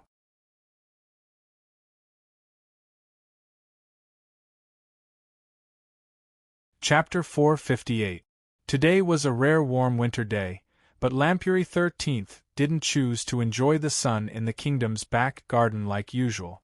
Rather, he was hugging a thick goose-down blanket and lying down on the bed with 3 layers of blankets, slowly reading the documents in his hand. Dima on the side saw that Lampuri 13th's face was so pale that it didn't have any blood in it, and his eyes were filled with deep worry. He wanted to tell Lampuri 13th to rest, but he didn't say anything. He just turned the magic lamp in the room a bit brighter, letting Lampuri 13th see more clearly. Hey, that kid Eric. He really has a group of pig teammates. Lampuri 13th finished reading the documents in his hand and gave a cold laugh before turning to Dima. Dima, has there been any movement from 70 in the past few days? Dima was a bit surprised before quickly replying after thinking about it. Her Highness has been in Banta City during this time, working on the city's renovation project. When the canal connecting the Sandy River and the Rum River was opened, she even personally hosted the ceremony. Lampuri 13th gave a slight nod. Banta City's development is quite good. If every city in the kingdom was as worry-free as Banta City, I wouldn't need to worry about the threat of the Sack Kingdom. Dima hesitated a bit before carefully saying, Your Majesty, to be honest, although the one who contributed the most to Banta City's development is the new flyer, if it wasn't for Her Highness supporting the new flyer wouldn't have developed this smoothly. What? You want to remind me of Seveni's excellent eyes? Lampuri 13th said with a faint smile. Your Majesty is wise. You must be able to tell. Dima quickly lowered his head. Lampuri 13th gave a laugh. I know what you want to say. But Dima, you should know that even if I want to officially appoint Seveni as my successor, there will be many voices of opposition. Moreover, you should also know why those fellows are against it. Dima said with a bitter smile, because His Highness can guarantee their benefits, but Her Highness cares more about the benefits of the kingdom and improving the lives of the citizens. So, I have to give Seveni enough time to protect her and make her stronger. Only she. Lampuri 13th suddenly coughed violently.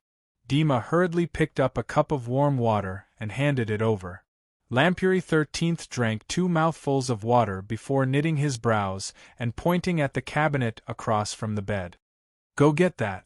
Dima was shocked. Your Majesty, you should eat less of that thing. Your body. Lampuri 13th glared at him and Dima obediently came in front of the cabinet. He took out a small jar and took out a small red pill from it. Taking the pill from Dima, Lampuri 13th revealed a self-deprecating smile. After coughing for a bit, he knit his brows and swallowed the pill with the water in his hand. After a while, a blush appeared on Lampuri 13th's face. It made him seem more spirited and he even stopped coughing. Dima looked at Lampuri 13th, who had recovered, and the worry in his eyes became stronger. Lampuri 13th closed his eyes and took a deep breath. When he opened his eyes again, there were several glows in his eyes. It was like he had returned to his prime years from a few years ago, becoming the king that everyone in the kingdom respected from the bottom of their hearts. Dima, bring a pen and paper. I'll give 3 royal orders. First, order the 3rd Army of the kingdom's garrison to head to Seoul City and guard the northern border, preventing the Sack Kingdom from invading south. After the 3rd Army enters Seoul City, they will be controlled by Seoul City and will be provided by Seoul City. Hearing the first order, Dima's eyelids jumped up. Once this order was given, it meant that the 3rd Army of the garrison would become Seoul City's city guard. Not only would the 3rd Army be controlled by Seoul City in name, they would also be provided by Seoul City. Their lifeline would be controlled by Seoul City. Count Sean was an astute city lord, so how could he not understand the king's intentions? He firmly grasped the 3rd Army in his hand. Second, order the kingdom's royal parliament to audit Eric, Seveni, and Durant. As the king of the Lampari kingdom, I propose that the 3 of them be given the title of Crown Prince, giving them all the rights of a Crown Prince. Hearing the second order, Dima deeply knit his brows. Although these three princes and princesses had the status of crown prince since birth, this was only in name. Before they were audited by the royal parliament, they only had this status and didn't have the right. For example, the crown prince had the right to participate in the royal parliament, but before they were audited, they couldn't participate in the royal parliament. Among all these rights, the most important one was that before they officially became the crown prince, the three princes and princesses had personal guards, but these guards belonged to His Majesty in name and were assigned to them by His Majesty to protect the safety of his children. But after they became the crown prince, the three of them had the right to have their own personal guards. Different from normal nobles, the princes and princesses with the status of crown prince could have up to 5,000 personal guards, and they had the right to openly recruit them. This meant that as long as they became the crown prince, and they had enough money and power, they could form their own elite personal guard. This personal guard could be considered the core power of the three princes, and it had a very important meaning. Although before deciding on the heir, letting the princes and princesses have the status of crown prince and forming personal guards was a tradition of the Lampari kingdom, in the history of the Lampari kingdom, it was normally the king who decided on the throne first. In order to train the heir, they would give the heir the status of crown prince. Now that Lampuri XIII hadn't decided on the heir yet, he had chosen to give the three princes and princesses the status of crown prince. This had only happened 3 times in the history of the Lampari kingdom. Out of the 3 times, every single one of them resulted in terrible consequences. The most serious one even caused internal strife in the entire kingdom. After that, there hadn't been a single king who chose to do this. Dima hesitated a bit, but he couldn't help the strong doubt in his heart. He said to Lampuri XIII, "Your Majesty, this isn't appropriate, right? You're not worried that something will go wrong?" Lampuri XIII looked at Dima and softly said, "Who do you think this order will affect the most?" Dima was surprised. After thinking about it, he suddenly understood. With the current situation of the Lampari kingdom, although Prince Durant had the right to the throne, no one thought that he had the right to compete with Prince Eric and Her Highness Seveni for the throne. Because Prince Eric had obtained the support of many old nobles, although he didn't have any personal guards on the surface, he could control quite a few armies. Adding in the fact that he was transferred to Lauren City as the city lord, he had obtained a part of the northern army, which increased the military power in his hands. On the contrary, Her Highness Seveni didn't have much military power. What she could use right now was only the guards His Majesty had given her. Even if the other nobles that supported Her Highness Seveni could provide private armies, compared to His Highness Eric, there was no doubt that they were lacking. So this order, the one that would affect Her Highness Seveni the most in the end. If Her Highness Seveni could recruit 5,000 private guards, there was no doubt that her power would increase by a large amount. The most important thing was that Seveni had the support of the new flyer, so her private guards would definitely surpass the armies of the other kingdoms. However, the worry in Dima's heart didn't decrease at all. Although His Majesty's order had indirectly strengthened Her Highness Seveni's power, like this, wasn't it putting His Highness Eric and Her Highness Seveni on opposite sides? It was like he was afraid that they wouldn't have the ability to fight each other. Dima looked at Lampuri XIII, who had a calm expression and sparkling eyes. He simply didn't dare believe that this order that he thought was stupid came from Lampuri XIII. However, the habit of being with Lampuri XIII for many years made him honestly remember this order, and he didn't dare refute it.